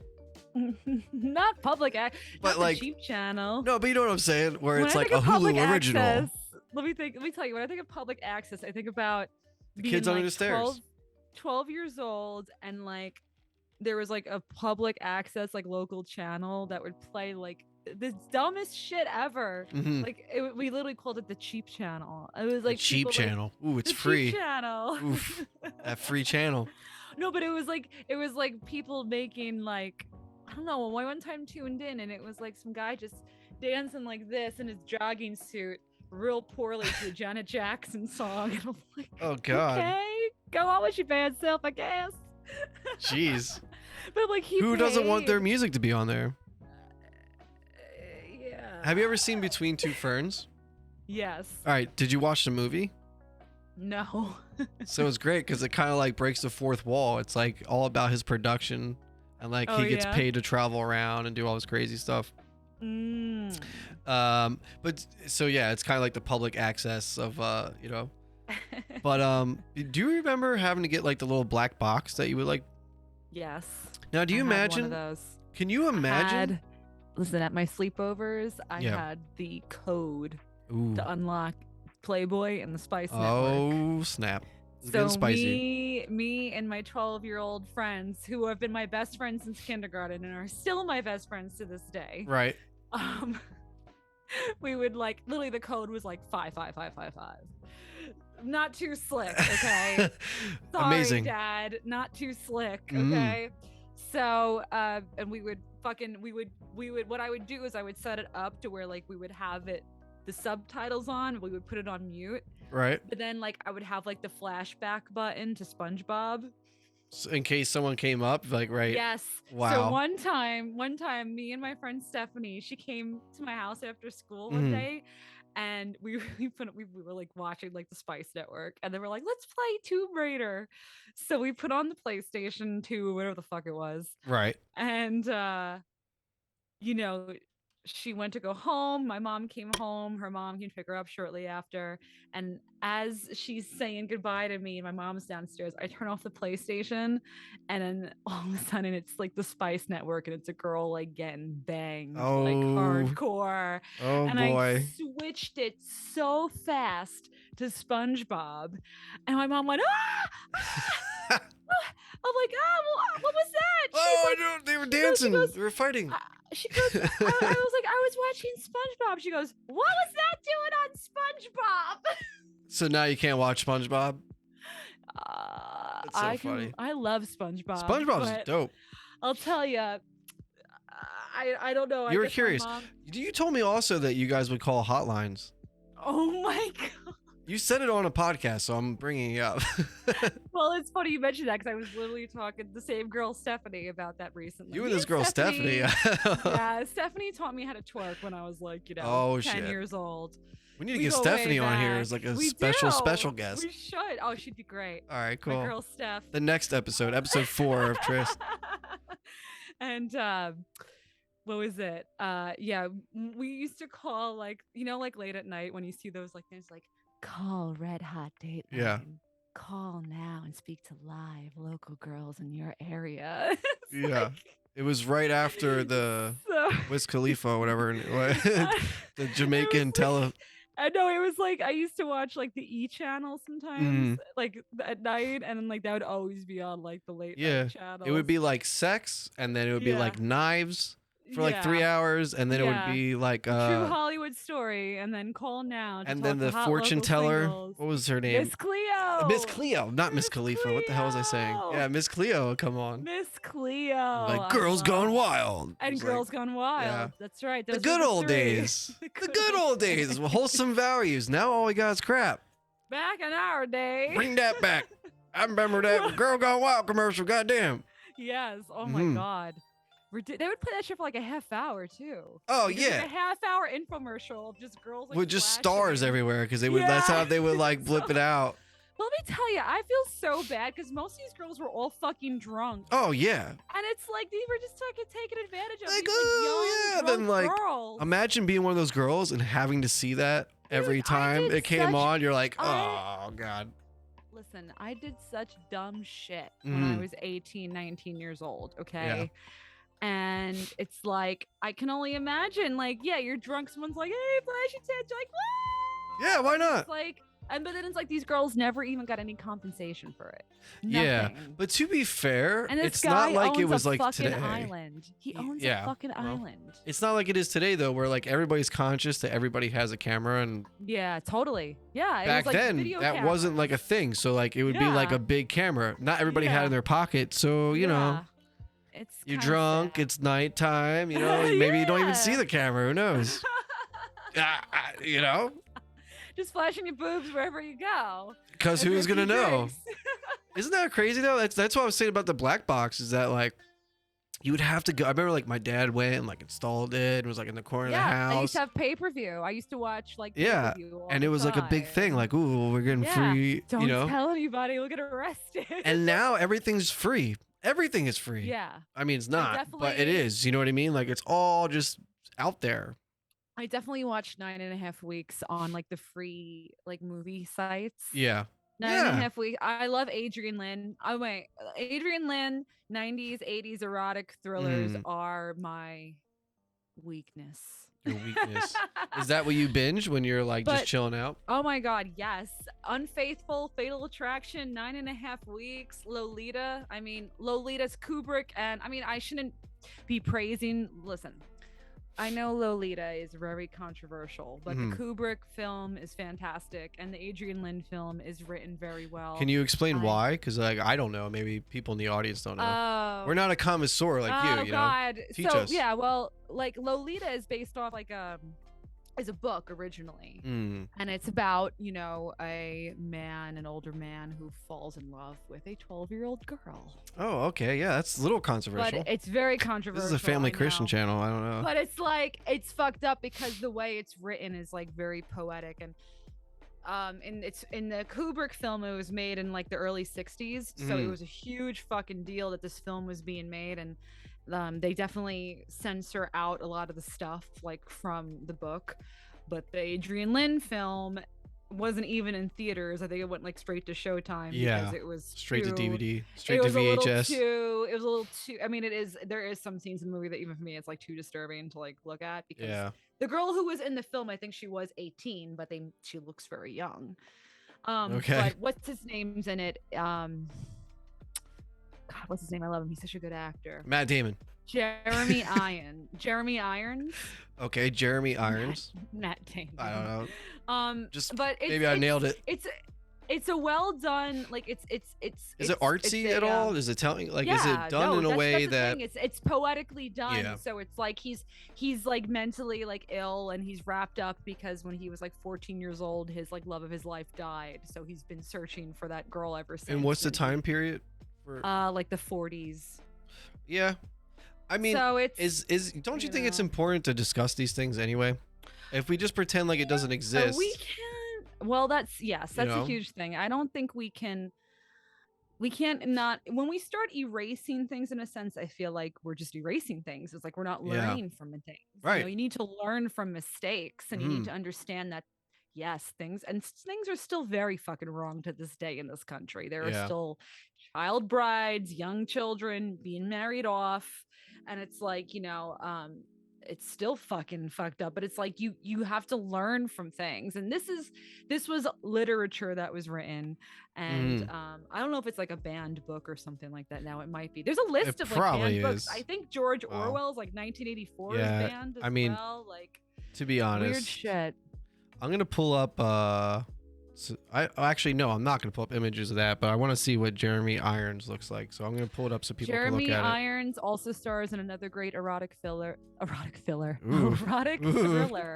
yes. that I love called I can't remember the name of it now. Shit, it was a French film. Let's see. Let's see what this guy looks like. Something with a D. I can't remember the name. I'm gonna look it up. Just because I'm so bad with names. He's a great actor. Wow, amazing. You know this guy? Did he die? No. Jeremy Irons? Okay, cool. You know what? You know what my favorite, and I'm actually on the 4th book again, which I never finished the 4th book. My favorite series ever is Aragon, and he was in it, and I thought he was great. But that movie tanked so bad. It was so bad. But there's a series of called Aragon. It's pretty good. He's a great actor. He's a great actor, and the thing I love about Adrian Lyne films is that they are really done very artistically. Yeah. But like all his films have been like, you know, adults. Lolita was the one that was like, you know, the controversial one because it involves, you know, a young girl, and it's pedophilia. But you know, it's fucked up because it's like it's done in a way where you almost feel sorry for both the characters in the book in a sense, you know. But if it's painting a picture of like this guy had mental illness, this is what led him up to it, you know, and this is you know, I think it's good that we examine these things. I don't think it's good that it happens. Listen, anybody that commits any sort of fucking crime has some sort of fucking mental illness. And that's something that needs to be addressed. And it's like, you know, everybody has some sort of mental illness. I feel like, honestly, everybody has some sort of depression. And I honestly think that I think it's the spectrum. I think some people are, you know. Yeah. But I really do feel like, I don't want to sound like an old fuck when I say this, but I really feel like, honestly, like this is why I kind of go back to what I was saying before about like social media. I feel like social media is making people more depressed. Yeah. You know, and like more stressed out because people put their best selves out there on social media. Why would we put our worst selves? I mean, some people do. Some people do. And they get slack for it, right? It's like, oh, this guy again. Yeah. But you know, most of the time, it's like everybody has fucking problems. Most of the time, the shit you see on social media isn't even real life. It's, you know. Yeah, I think it's made to look real. Yeah, and I think a lot of people live vicariously through watching other people do things in social media, so they never actually feel the need to go out and do it. And I was just talking to some. Is it voyeurism? Or voyeurism is when you like to watch. Exhibitionist is when you like to be watched, right? I don't know. That's a good. Should we Google it? If you'd like, or someone. So I was just. Answer that. Yeah, I was just talking to someone about how like today's youth is kind of like I don't want to type certain things into Google on stream because I don't know what's going to pop up. Let me take that off. We don't want to see your browsing history. No, it's not that. It's just like to be watched. I don't know what's going to pop up. Meaning? I think voyeur is someone that likes to watch, and exhibitionist is someone that likes to be watched. And that is the world we are officially living in. And let me tell you, I've had so many people tell me, you got to get on TikTok. And I'm like, okay. No, that's China. But let me tell you. God damn it. It's America. I know what that means. It's a China spyware. It's like, it's proven that TikTok is used to infiltrate. I've heard of that in the past. I've heard of that. But listen. Anyway, go ahead. Anything we fucking do, we're being fucking spied on. Yeah, but I can literally strap a tracking device to my ass at this point, and it's like totally normal. Anyway, what were we talking about? Well, I was just talking to someone about how generations now are doing this thing where, like, back in the day, you would have this like this sense of wonder. I feel like as a kid was instilled upon us, and we were told to go be independent and go explore, and because we would see things in movies, TV shows, articles. We did more exploring, I feel like. And I feel like there's not as much exploration And why? Anymore. Because we get flooded with it every day. Yeah. So look where I'm at now. And like, this person's doing this. And it's like, where's the ambition to go do these things? Yeah. I mean, that's what I'm saying is like, I feel like I had to, and I mean, in my way, I feel like I sometimes just taking a break. I try to post at least something every day, but you know, it's like, I don't know. I like to just be, you know what I'm saying? I don't blame you. I like to just create and not worry about making sure I'm active enough, if that makes sense. So like the whole TikTok thing, my friend's like, you gotta.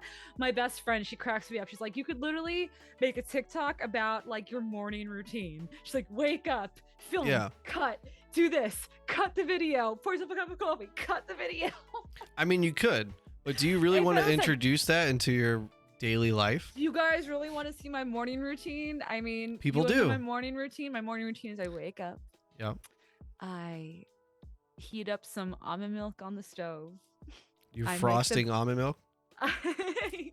I plug in the Wi-Fi cable because we unplug it at night. You unplug it at night? Why? Yes. I'm so curious. Well, they say that anything that's Wi-Fi connected can interfere with your sleep pattern. So like TVs that are connected, even your TV, even if it's turned off, it's still trying to get a signal. So it's still putting the active signal out there. So, you know, I've heard that it's, wow. I mean, I believe it though. I honestly do believe it. I mean, you think about it, that's energy. So yeah, it's all energy. Yeah, makes sense. So, I just never heard that. I never thought about that. So I plug in the Wi-Fi, I plug in the TV, I open the curtains, I make the bed. And then I sip my chai latte or my green tea. Yeah. So I'm off coffee again. Yeah, I'll do like maybe a cup a day. But I'm more into tea. Check my phone. And then I've been trying to go for a walk daily though, honestly. Take a walk. And see, when you say it like that, it's not as cool as if it was all chopped up with cool angles on the TikToks for 30 seconds. Yeah, so picture it in your head. I have a very fancy robe I put on though when I get out of bed. Very fancy. Does it have your initials? Yes. That's dope. A big long train. I put my high heels on, my lipstick, and I go to and I heat up the coffee for the morning or the chai, whatever the fuck you want to call it. Are you on TikTok? I have a TikTok. I think I have one video on there. How's it doing? Like, does it? It's a video of vulgar virtue. It's a video of a video. So that makes sense. I can see that. I'm on TikTok. Yeah. I just really have a hard time filming myself doing this stuff. I feel fake. Well, why introduce it? Yeah, like why introduce it into your daily life? Like this, what we're doing right now is totally fine. This is it's a conversation, I'm interacting. But to talk to myself is so fucking weird for me. Yeah, I can talk to myself, no problem. But to film myself talking to myself, it's only like 30 seconds. So like it's like a rush to get all these like little sound bites in. I just feel really weird. Like it doesn't feel normal to me. Yeah, I don't blame you. I wouldn't. I enjoy watching like YouTube shorts and stuff like that. I'm sure it's a bunch of TikToks. Oh, I watch a bunch of YouTube shorts too. Like don't get me wrong. Yeah. But to actually sit there and do it, I don't know. Like sometimes I'll do it for like some gaming clips, or like, and I guess I'm gonna do a couple for like the podcast. But that's still different. I don't think I could sit there and be like, "Hey guys, like, you know." Hey guys, I'm gonna do my morning routine. Yeah. Like, hey guys, did you know that Starbucks cups are all the same size? And he's like fucking pouring them. It's like, dude, it's so stupid. Hey guys, 1 million views. I'm here to promote this really great diet pill I've been taking. Right. Join now. Use my coupon code at checkout. Speaking of which, actually, #ad. If you guys use the code VoodooWater, you get 10% off of your W orders. Be better. It's Jealous energy. And it's all natural ingredients with only like 125 milligrams of caffeine. And it's made right here in the USA. Check it out. W.GG. Be better. I dig it. Listen, I'll be honest with you. I had a little coffee today for the first time in a really long time.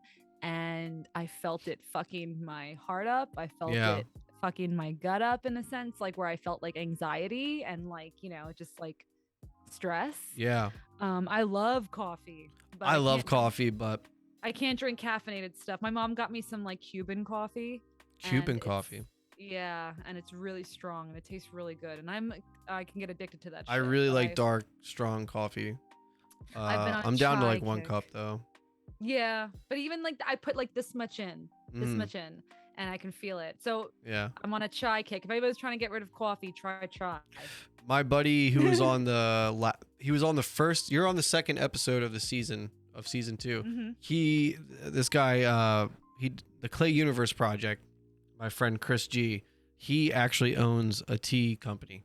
So he was explaining to me all of the differences of teas and stuff, and like tea is actually it's very, like ritualistic too, which I like. It's a little more ritualistic. Yeah, it's good. It's a good part of your routine, right? Coffee, you just click the button. It's stupid, right? It's like a. I mean, I enjoy when you're it making too, the tea. It's not good for you. It makes your like adrenaline glands like fucking explode. Right. It's not natural. What gets you, and tea has more caffeine. It does, but it's more balanced. But it's more balanced. Yeah, it's interesting. Do you mind if I smoke a joint? Smoke a joint. Do it. Get my lighter. 1 sec. Okay, cool. I'll Keep them talk to the good entertained. people.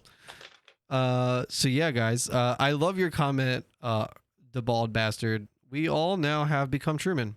And I think about that quite a lot, actually, which is kind of funny. Great show or movie. Cuban coffee is dangerous. Yeah. Should we talk about how I saw Bigfoot in the woods behind my house? You saw a squatch ape? I saw something fucking weird. I like that. This is the conversation why you sparked the joint. I know, right? And I'm using a barbecue lighter because my neighbor Let's stole go. my pink lighter. Connor, you got my pink lighter still. God damn it, Connor. Connor was my friend who played guitar for me. Mm-hmm. He's a dear friend. He's my landlord. Oh, that's awesome. Oh, the drummer. He's the guy. Yes. Yeah, he's practicing the drums. He's actually a guitarist mainly. Right. Amazing guitarist. That's cool. And we actually have a studio upstairs, a full studio, and we've been helping local bands like record, and that's also where Strange House Media falls. Like I do events Strange House, but Strange House Media is the company for video and editing and directing and like recording and oh, so is this how you got into doing those things? Mm-hmm. That's awesome. So good. You can network with your landlord. How cool is that? Yeah, no, it's a beautiful thing. Yeah. This is like I couldn't ask for a better. Not everybody situation. ends up in your position. Most landlords suck. Yeah, I'm so fortunate to have a good landlord. Yeah, I've had. She's really upset I'm leaving. Like really upset. Aww. Yeah, she's like, you're gonna call me, right? You're gonna come over and visit when you visit New York, and I'm like, yeah, I'll come by. So tell me about Bigfoot. Sasquatch. Sam Squatch. You ever You ever watch Trailer Park Boys? No, I haven't. Oh, it's so good. All right, go ahead. Never mind then. Well, I'll be honest with you. I summoned him by singing "Baby Got Back." I think. You think? Do you have proof? Does anyone ever have proof when they see a Sasquatch? I've always wondered about that. Like, is with all the cameras people have, have, or it was an alien. I mean, I saw a weird UFO thing too. Before we get into it, why don't you? I'll let you just no stops explain how you saw Bigfoot, and then we'll get into it. So, it was last summer, and we have a nice big fat community garden in the yard, and you know, we were gardening, and I was dancing around the yard, and I don't know what happened. Someone made a comment of like a Sir Mix-a-Lot like lyric, and I just started singing it out really loud. So I'm like, I live on a mountain. I'm just gonna sing really fucking loud because I can, which is not something I normally do. So I started singing "Baby Got Back" really loud, and I looked into the woods because it's all woods behind you know, my house, which is awesome. And I looked, you know, we have the yard and then the woods, and I looked into the woods and I saw some creepy ass, big ass shadow figure walk.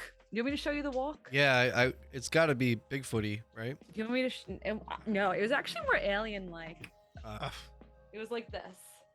This is so funny that I'm doing this. Hold on. It was like. Like a dodo bird? Like, I know it sounds really weird, but it was more graceful than that. Yeah. It was like long, fluid. Like, it was creepy though. It was like a tentacle. It was creepy looking. Definitely and, an alien. It stopped me in my tracks because it disappeared into the fucking trees. Sounds like a Sam Squatch. And it was daylight. It was like sunset, you know? And this is while you were screaming the lyrics to "Baby Got Back." I was like, my anaconda don't want none unless you got fun, son. And it summoned him, I guess. And so all right, so you're in the garden, you're facing out towards the woods, and what? They came just, like, out dancing. And then came back in, like, you know what I mean? They just walked into the tree.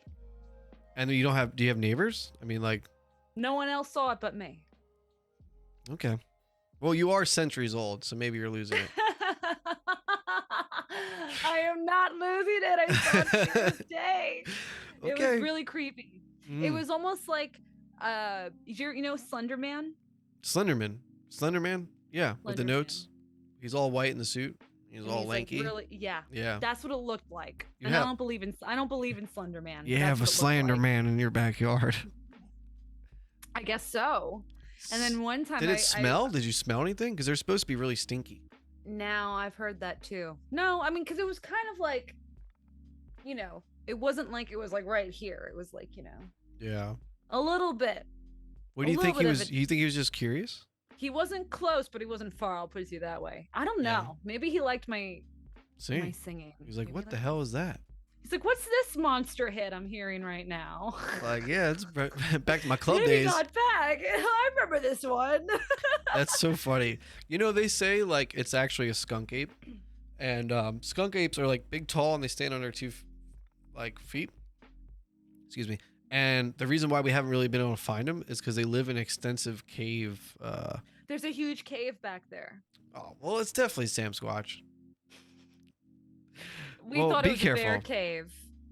Well, I have a fence. Oh, you wanted to be in your next video, says the bald bastard. Maybe. You should set up a camera just so you can get a clips of them and put it in your video. Camera for, I mean, listen, I get a thrill out of going to cemeteries still, and I went to the local cemetery one night after a couple of drinks, because that's generally when I also like to go. Yeah, that makes sense. When it's dark out. Yeah. Like, during the day, I like to go strolling through them, but like at nighttime, if I'm in a cemetery, it's usually because I had a few drinks. Yeah.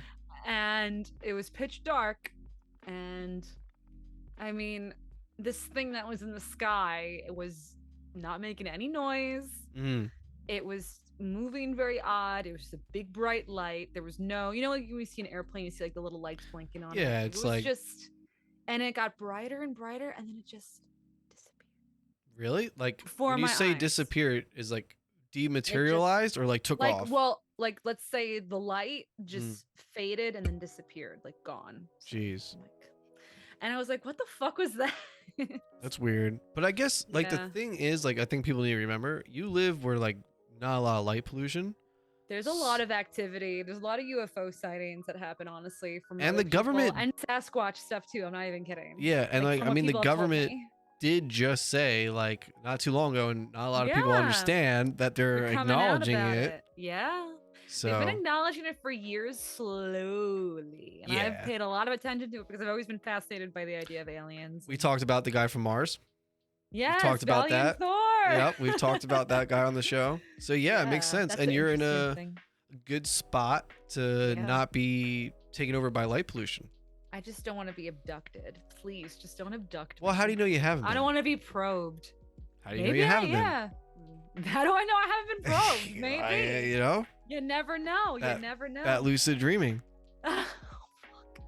Well, you know, Indigo Sky was actually all based off of a lucid dream. I didn't know that. But the artwork was half lucid dream, half meditation. That's cool. I've always liked the spiritual aspect that you have of it. Thank you. Yeah, well, I think it's important. It is important for me, at least. And it's like, I was raised Catholic. It's so funny. My mom sent me a photo of me making my communion recently. And every photo I'm like this. Just upset and awkward. Like awkward, like fake smile. I don't want to be here. Yeah, I don't like it. I am not, listen, there's a part of the Catholic religion that's always going to slightly reside in me in a sense. Sure. That's for my own. But that's not a bad thing. That's for me to know and for you to find out, I guess I can say. But it's like, I don't follow it in the sense where I'm like a devoted Catholic. I love churches though. Like I love, the one time I feel great in church is like when I'm alone in church. If I go to a cathedral and I'm by myself and I can look at the architecture and the artwork and. Well, there's a certain shape to it.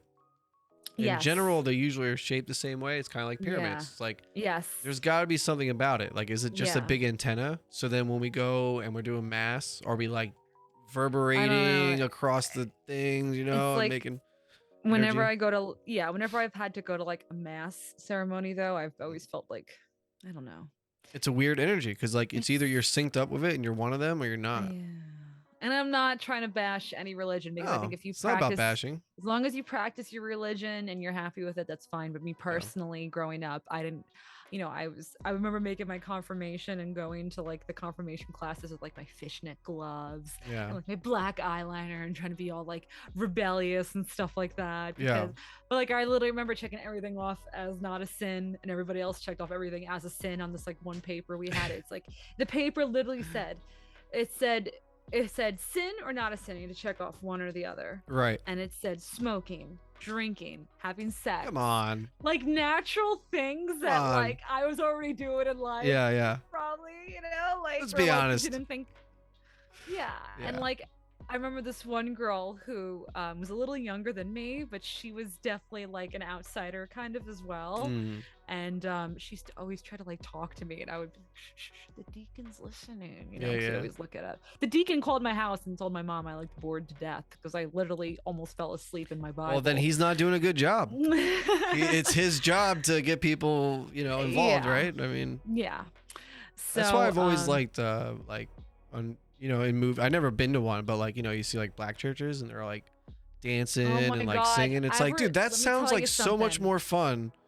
I've always, ever since I was a little girl, I've always wanted to go to a gospel church. Gospel, that's probably the right way to say it. I really do love, I love gospel music. I really do. I love the power. I love the energy they have. Yeah. And like, it's very uplifting. When you go to Catholic church, like, you know, it's very like, I don't know. Not good. You're supposed to be like fucking, you know, having a good time. Yeah, isn't that the whole point? You're not supposed to be like brooding and sad. Yeah, your whole life is sin. Well, yeah. So the girl, it was funny because the girl who was always trying to like talk to me and like I knew was like a little bit rebellious. She checked everything off as not a sin, I think, to appease. You know, but I was like. No, she checked out everything was a sin. Right, because that's what she needed to say. She felt like it, and I was like, no, these things are not sins. And you know, I don't know. I think that's like such a sucky thing to think about. Like, it's so bad. I never really believed on that aspect of it, but like I love the idea of Jesus and like all these stories and like the history. Jesus, let me tell you, Jesus was a cool guy. Jesus was somebody who was a free thinker, and he was ahead of his time. I was gonna say that. Yep. And I honestly do believe that there are certain people in this world that have a gift to heal people, whether it's through like energy, whether it's through people actually just believing it because they connect on a level. Because I do believe in a higher power. I think there's definitely more to this. I think we're all passing through, honestly. Passing through? Like, what do you mean? Like transient? To get to the next stage in life, which is, you know, the higher self. Does that maintain a bodily form, or are you then just visceral? Okay. So for me, the reason why I really truly believe this is because I've had my own experiences with those who have passed on and come to me and passed along messages to me. And interesting. It's not like I ask for this. It just happens. And like one instance I'll tell you that happened recently, which was really beautiful.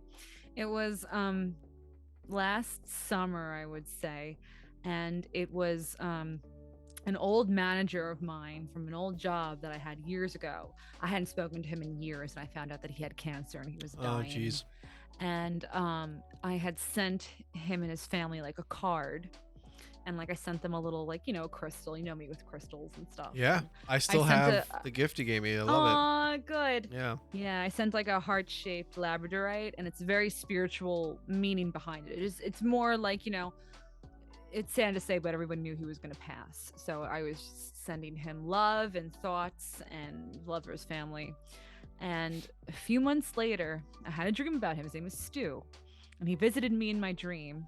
And we were in the old break room of my old job. Right. And he's sitting there the way I remember him. And he's telling me that he feels great, that he's okay now, that he got my card, that he got the crystal. Aww. And I walk him to the front of the store and we hug, and he just disappears. And when I woke up that morning, not only that, after that dream, I woke up from that dream and the full moon was shining in on my face through the skylight. And the full moon is a very powerful thing, like a very powerful energy source in itself when it's full. It was shining right on my face. Is it full of energy because of the sun? Well, it's reflecting. Yeah. Yeah. Okay. I don't want to sidetrack you. I'm just wondering. No, you're fine. So, yeah, I woke up and I instantly texted my friend who used to work with me who was very close with his family. She's the one that told me he was sick. And I told her, I said, Stu is okay. I said, I know this sounds weird, but can you just pass this message to his family that he's okay? And I did not know, but it was his daughter's birthday that day. Wow. And his daughter said, you know, I normally don't believe in this kind of stuff, but it's hard not to. When you're like, going through it, it's hard not to.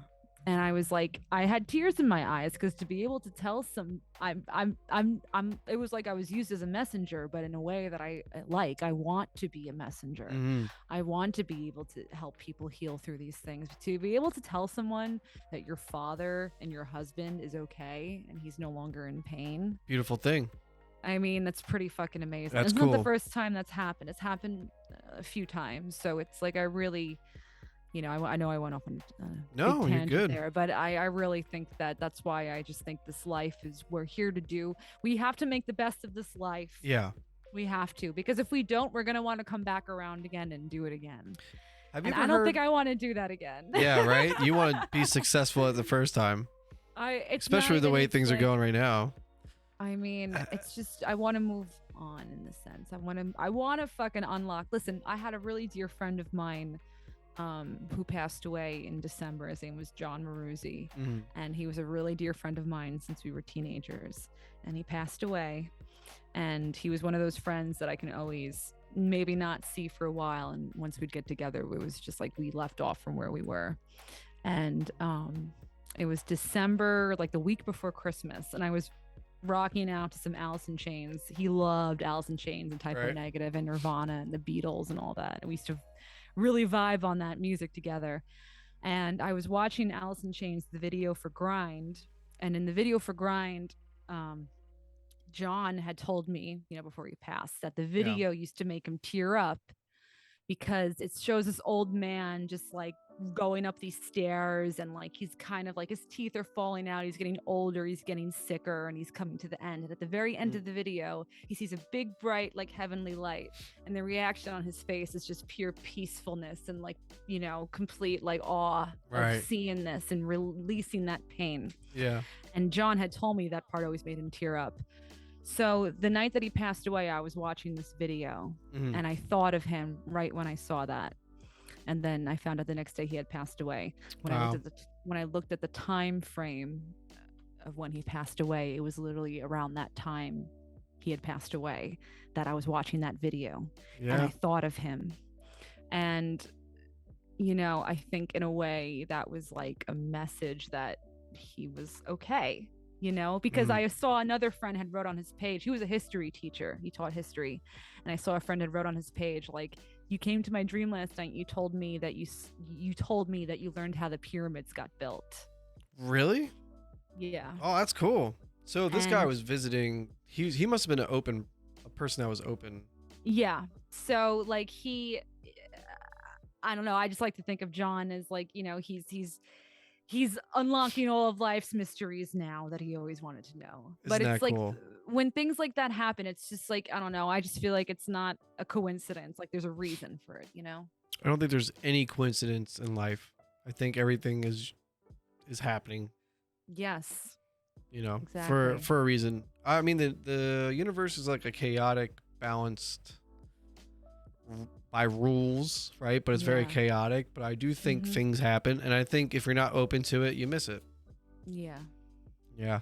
And I have to just say, cherish all the ones that you fucking love, because unfortunately I've had a lot of loss the last few years of people, you know, my age, to awful things. And it's like, you just never know. We're so fragile as humans, and we just gotta appreciate those that we love and ourselves too, because you just never fucking know what the hell is gonna happen. You really don't. And I'm not trying to sound depressing. I'm just talking from experience. Yeah. Let's we're coming up on the second hour. Why don't we read some comments and then maybe watch? Okay, sorry, I didn't want to get too dark and depressing. No, you're fine. You're fine. Whatever. It's just a very important part of my life, is this whole side, and I feel like I don't talk about it enough because I feel like it's still kind of like a taboo thing in a sense, but it's not. I don't know if it's necessarily taboo. I just think not taboo, people just but- rather not deal with stuff like that. Yeah, yeah. Which is interesting. I've always thought that'd be interesting until you lose somebody close to you. And I think either you get further away, like you run further away from it, or you embrace it. And I think people like me and you definitely have embraced it. You know, when my father passed, it seems like you got people that passed. Father. Silver Fox.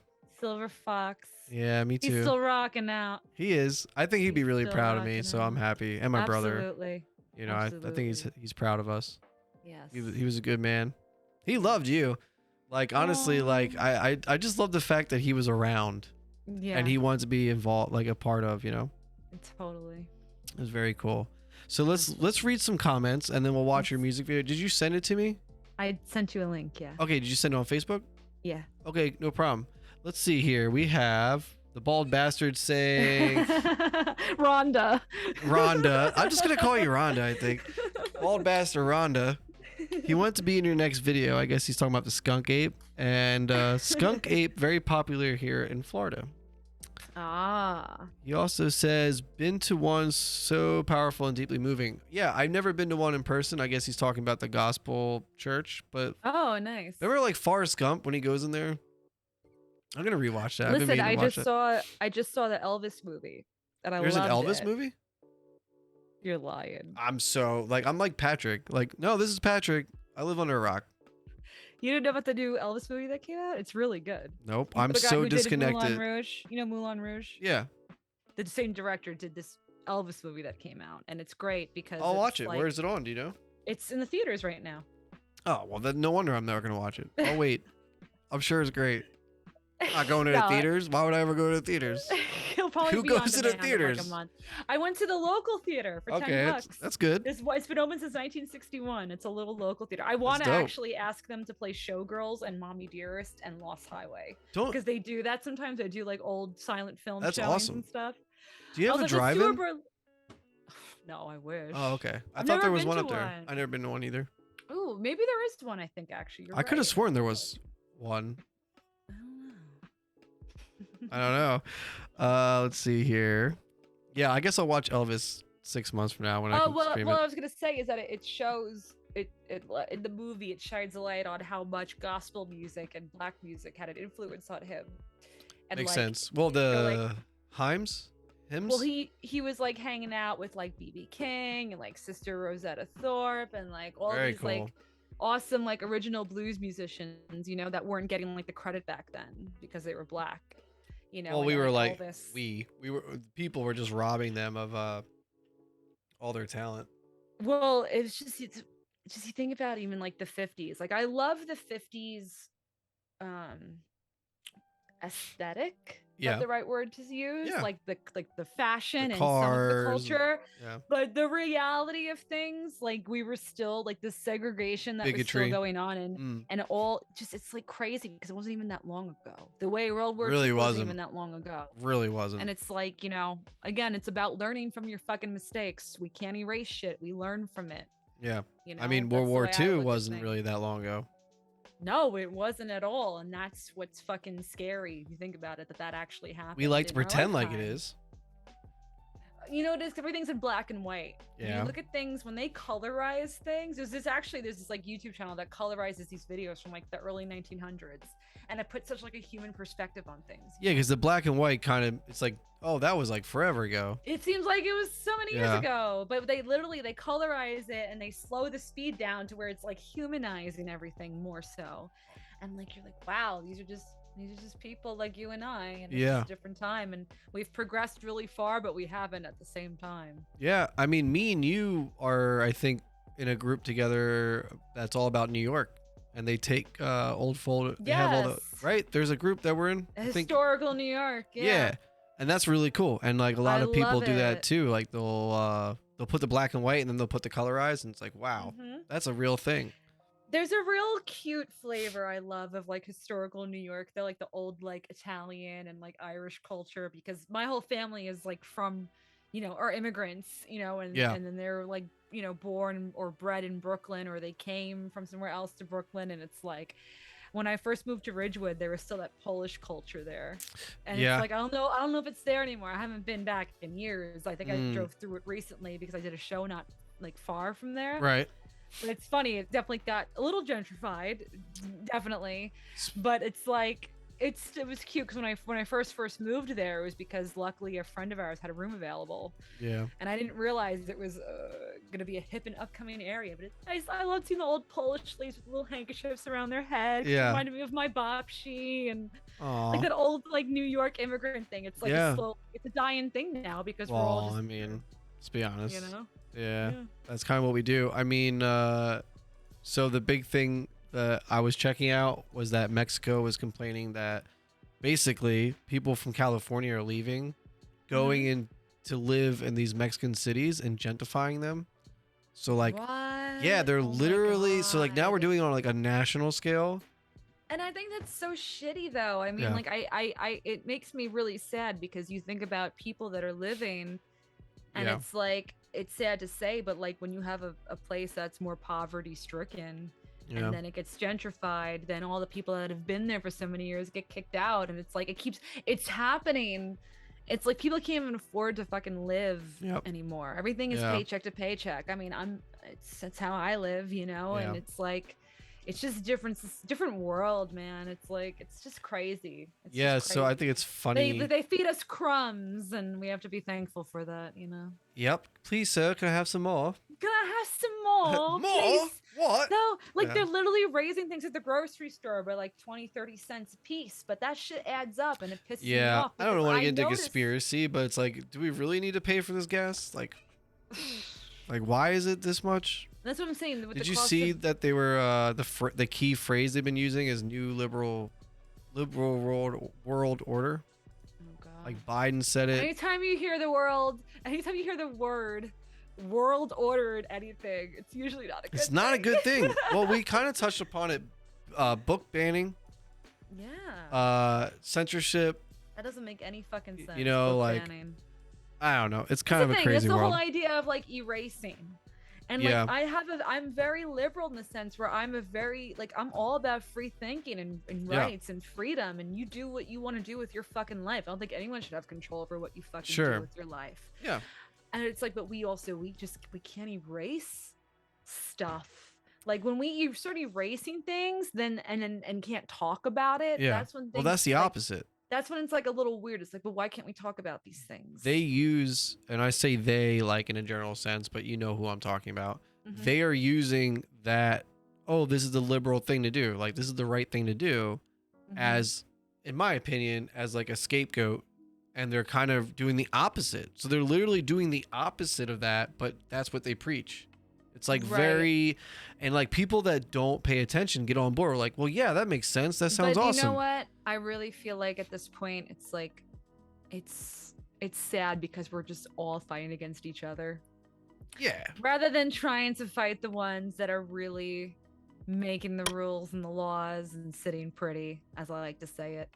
Yeah. And they like to keep us people that are more in the middle class or poverty stricken to just fucking argue with each other online at this point. Separate each other. And separate because there's more control. For sure. You have more control over smaller groups divided than you would over one whole group that's like, okay, we see the bullshit, you know? That's a scary thing to the people in charge. I see the fucking bullshit, and I think we need to fucking come together more, and it's just getting more and more separated. It's harder and harder to do. Real quick though, let's get through some of these chats. Sure. True Story says, bald bastard. Back in 97, my dad had a stroke. He couldn't tell us if he was in pain. At the cemetery following his interment,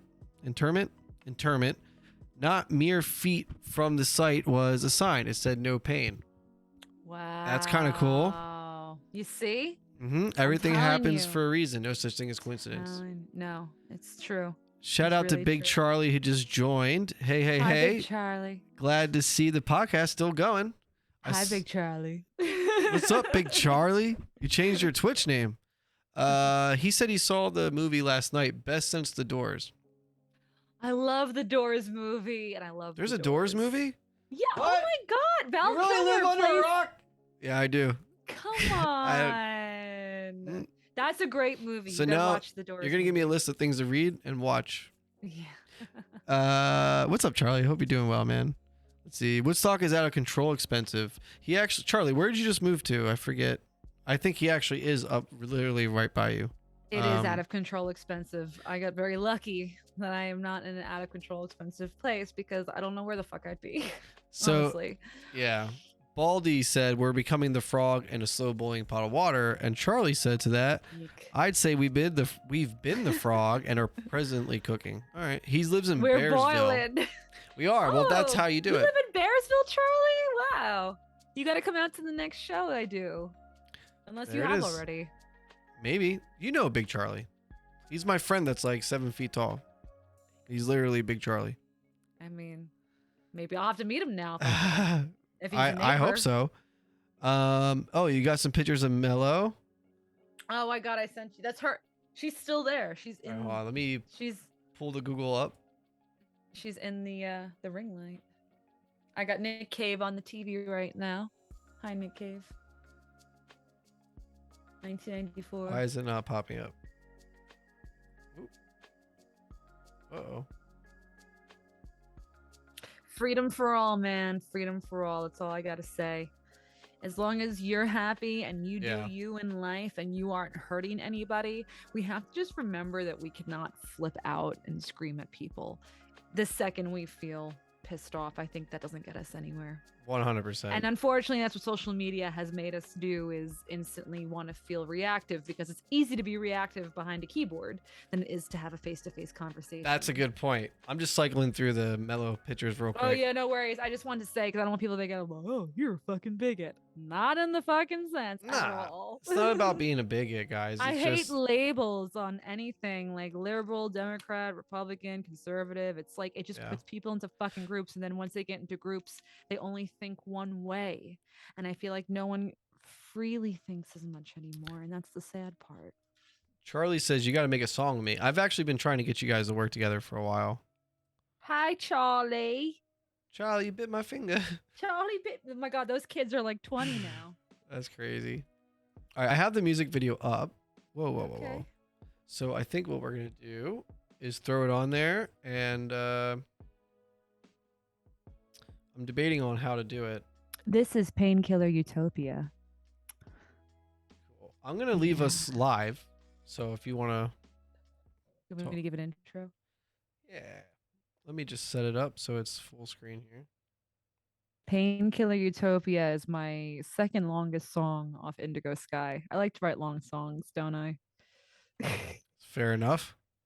And it's a piece that has a lot of movement to it and is written from a very personal part of my soul. Ooh. You like that? I do. Very good. And it's slightly inspired by Judas Priest's title for the song Painkiller, because one night I was driving home from a studio session and Painkiller came on the radio and I was fucking blasting it and rocking out. And then I was like, oh man, I'm going to call my new song Painkiller Utopia. And this is how this came to be, this song? Well, the title at least, but the song was already being written before I came up with the title. I always come up with the title of the song last. That's interesting. I guess that makes sense though. I always have really bizarre titles for like the demo songs. All right, so I guess we'll play it. Painkiller Utopia.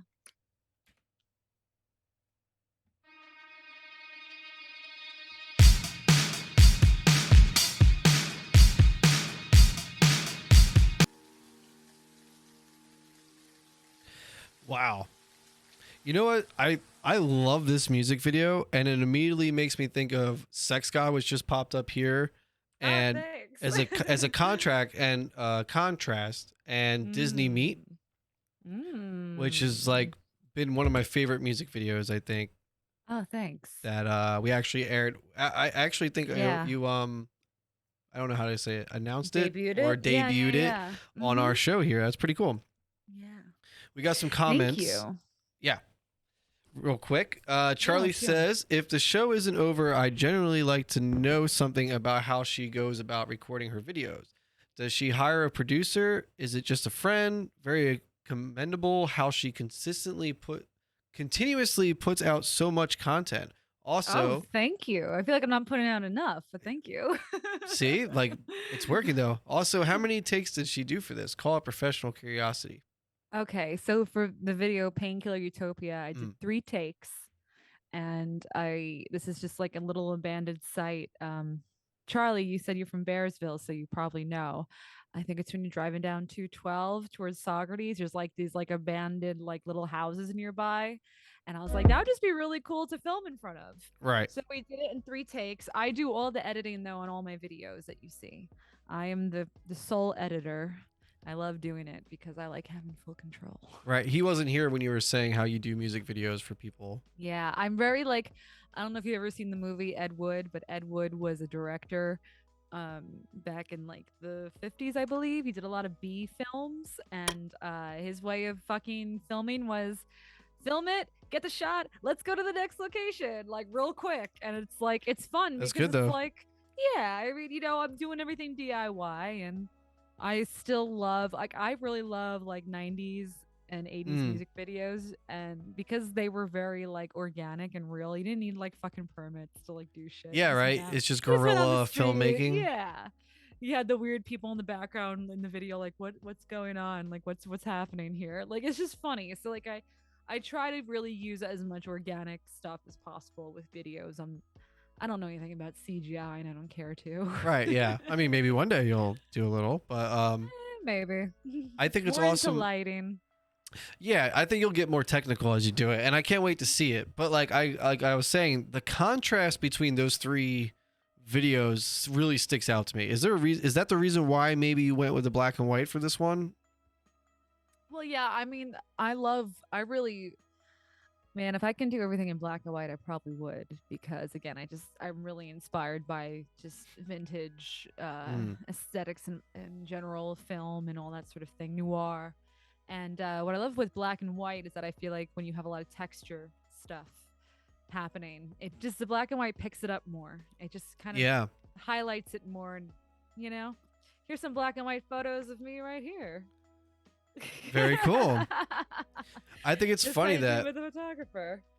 My glamour shot. Do you do this yourself? I know some stuff you do, right? Most of the stuff you see, I do myself. But these pictures, I worked with a really great photographer. Yeah, very cool. She goes by Blue-Eyed Ghoul on Blue-Eyed Ghoul. Look them up. Yeah. So, yeah, I think it's funny though. We were talking about how taking black and white and then colorizing it, added characters, and then we played a black and white. I thought it was really cool, and I just like how it's just really one scene. Thank you. Well, it was actually originally I shot it for my album release online party I did on a Twitch stream. Yeah. And I just never posted it because I was like, I don't know, I just didn't. And then I was like, fuck it, I'm just gonna share this, because I was kind of making it like an exclusive thing. But you know what, fuck it, I want to share my content. Sometimes honestly, it's, you know, the other thing is that I sometimes get a little risque in my videos, and I just don't want to give anyone the wrong idea of it. But like, you know, I'm a very, shall we go there, I'm a very sexually expressive person, and So then why would you feel like you can't share it? It's weird. If family sees it or something. Oh, you mean like on like regular social media? Yeah. I know it sounds weird. It's like No, that part doesn't sound weird. I thought you meant as an artist for people to consume. Listen, they can consume it all. It's more like I know it sounds so. It's like, who the fuck wants to hear someone say this? But I've always got my family in the back of my mind. That's fine. Do you have a platform then that you use to fully be your artistic self? Well, that's the thing, is I have most of my family blocked on my social media. Oh, okay. Hey, but it makes sense though. I mean, you don't want your dad or whatever coming across. Well, here's the thing. My father actually is my #1 supporter. I'm sure he was a rock star, right? Yeah, or still totally. is. Yeah, I'll call him a rock star, right? He still is. And it's, my thing is, my family is all supportive of me. They know how hard I work. I just, you know, I'm sure when I prance around in lingerie and listen, I'm very inspired by But Madonna. I think you're very tasteful. I've never seen you do anything that was like, oh, that's just raunchy. I think it's just, you know, programming. It's probably a good thing, right? It's probably a good thing that you have a filter for yourself. Because you keep it very tasteful. Well, that's the thing. I still want to come off as very tasteful and classic Mhm. too at the same time. You know, I don't do anything that makes me uncomfortable. I'm not uncomfortable with That's anything that I good. do. That's what I was trying to It's get at. Is like I don't want you yeah. to. I was an interesting take to hear because It's like that's kind of like your style. yeah. It's just some families very old school, and Mm. they see someone prancing around and being sexy and expressing themselves in a sexually empowered way. Right.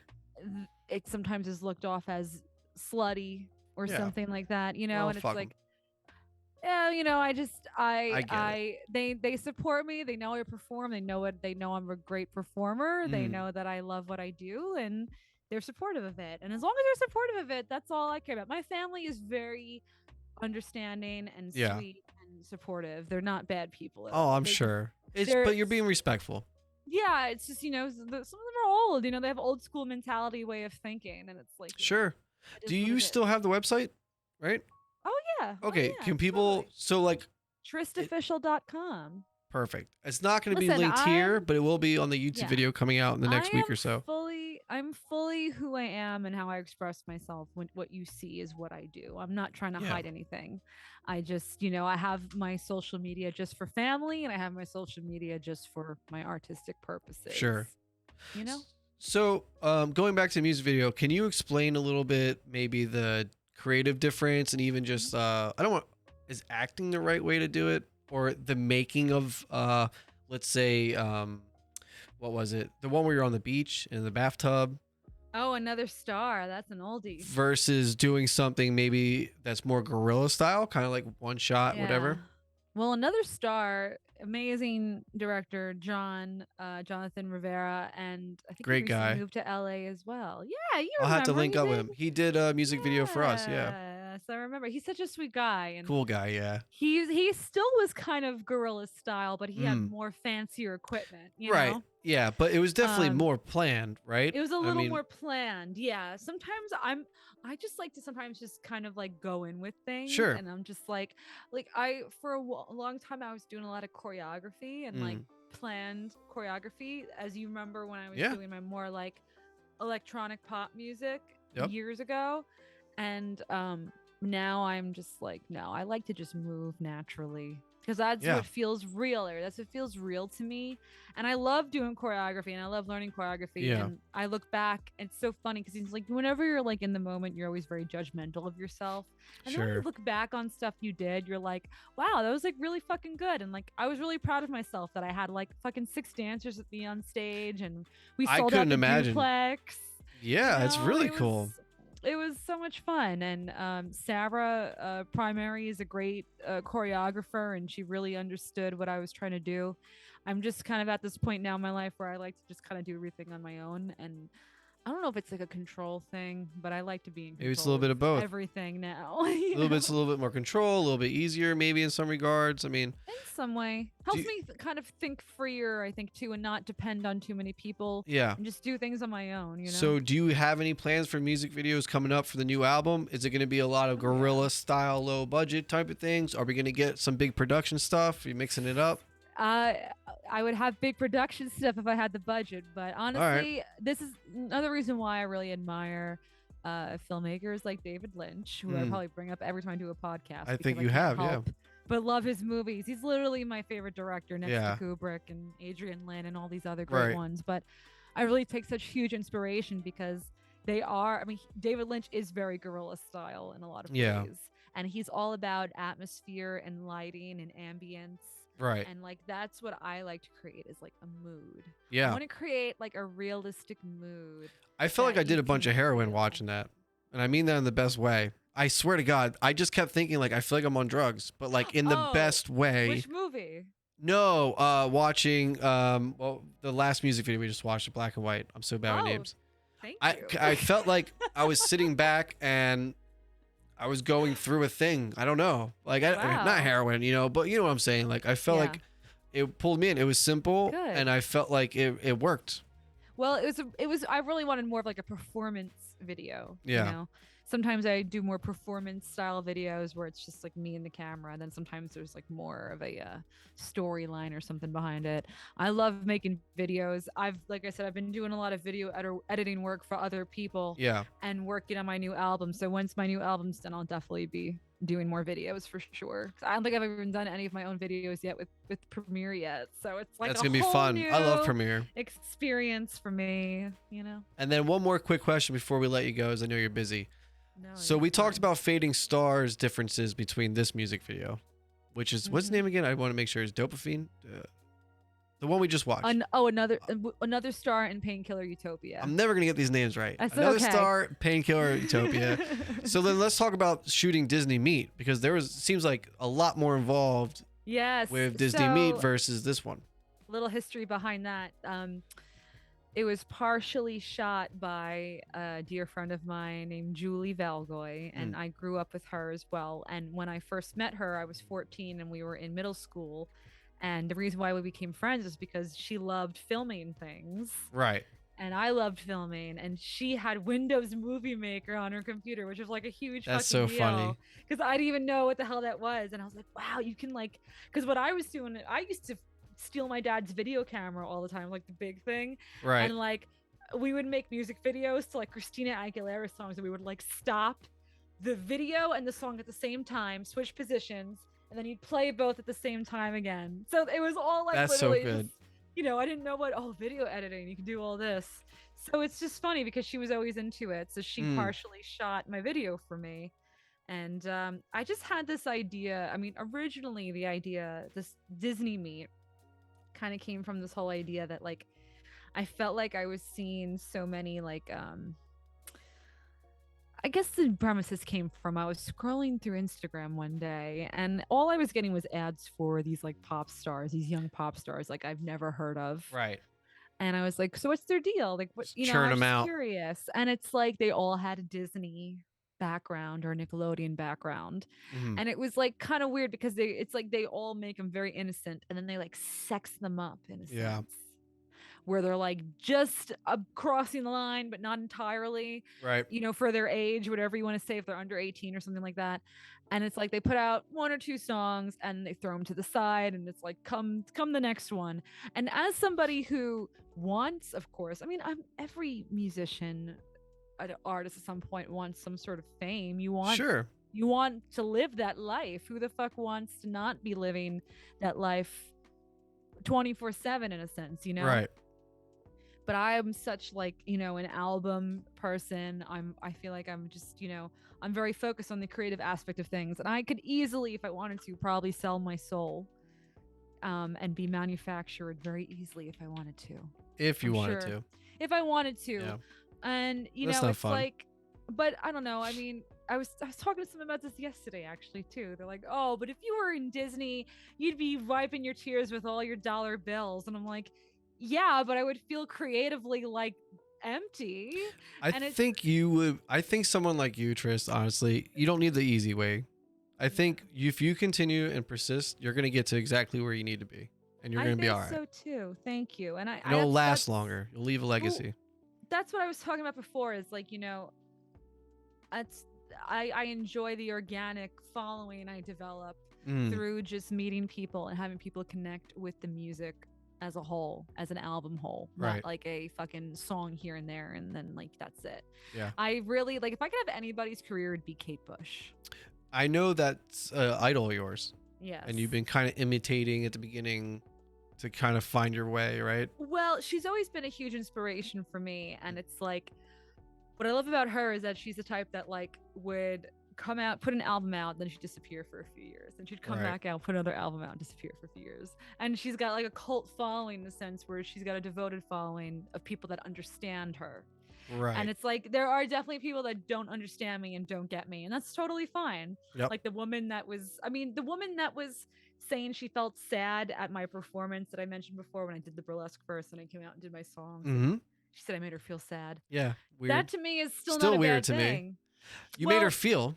I made her feel, and I want to make people feel. Yeah. You're not responsible for how they feel. Yeah. You just made them feel. But just feeling is a good thing. Emotion, if you have any sort of emotion, to a song, whether it makes you angry or sad or happy, you're still feeling something and you're still having some sort of connection with it. I agree. I think that's beautiful. Versus like, you know, bland. Yeah.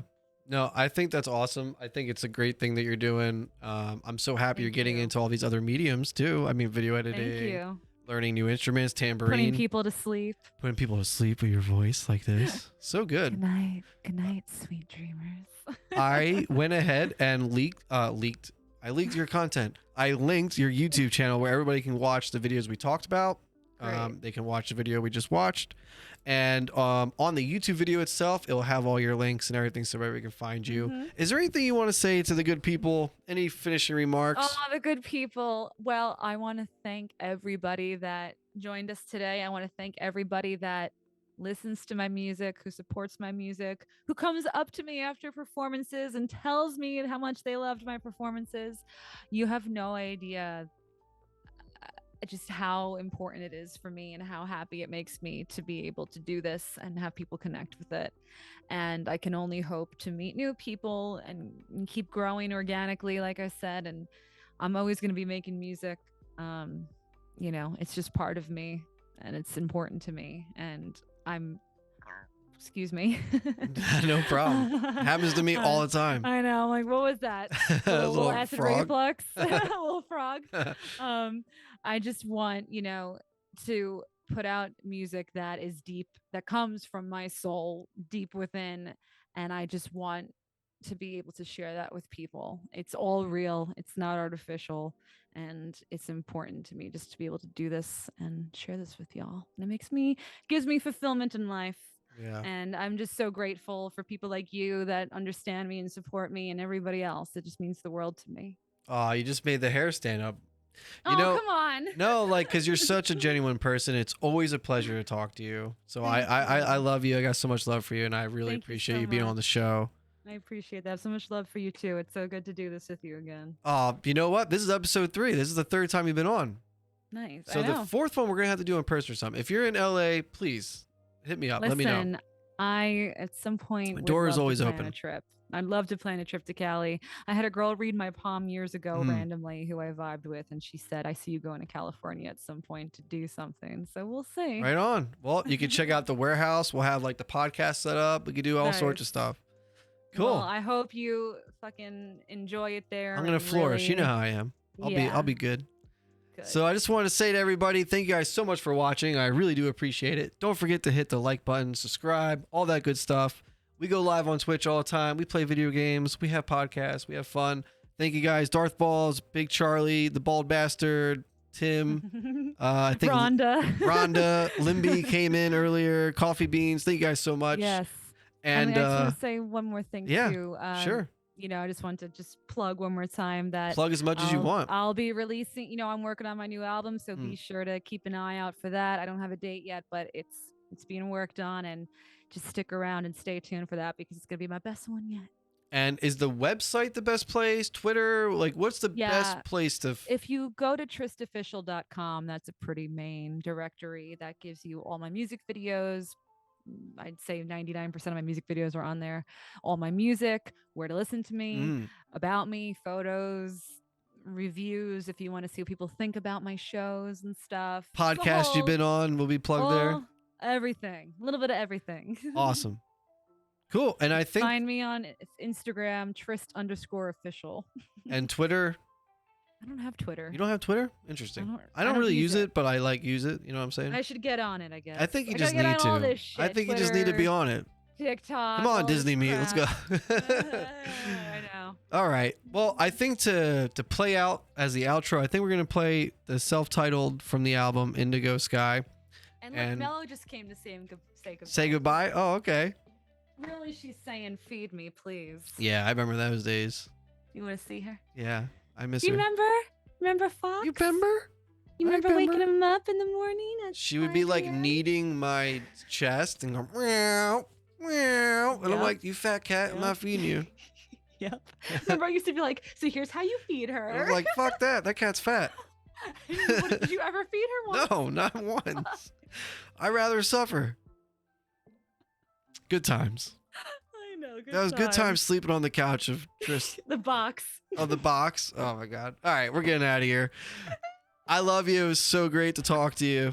Love you too. Cool. I will talk to you later. Here's the celebrating 1-year anniversary of Indigo Sky. Woo! With the single Indigo Sky. I'll see you guys on the next one. Mwah. As always, guys, do me a favor. Do a random act of kindness for a stranger, friend, or loved one, and I'll see you guys on the next one. Peace. Woo!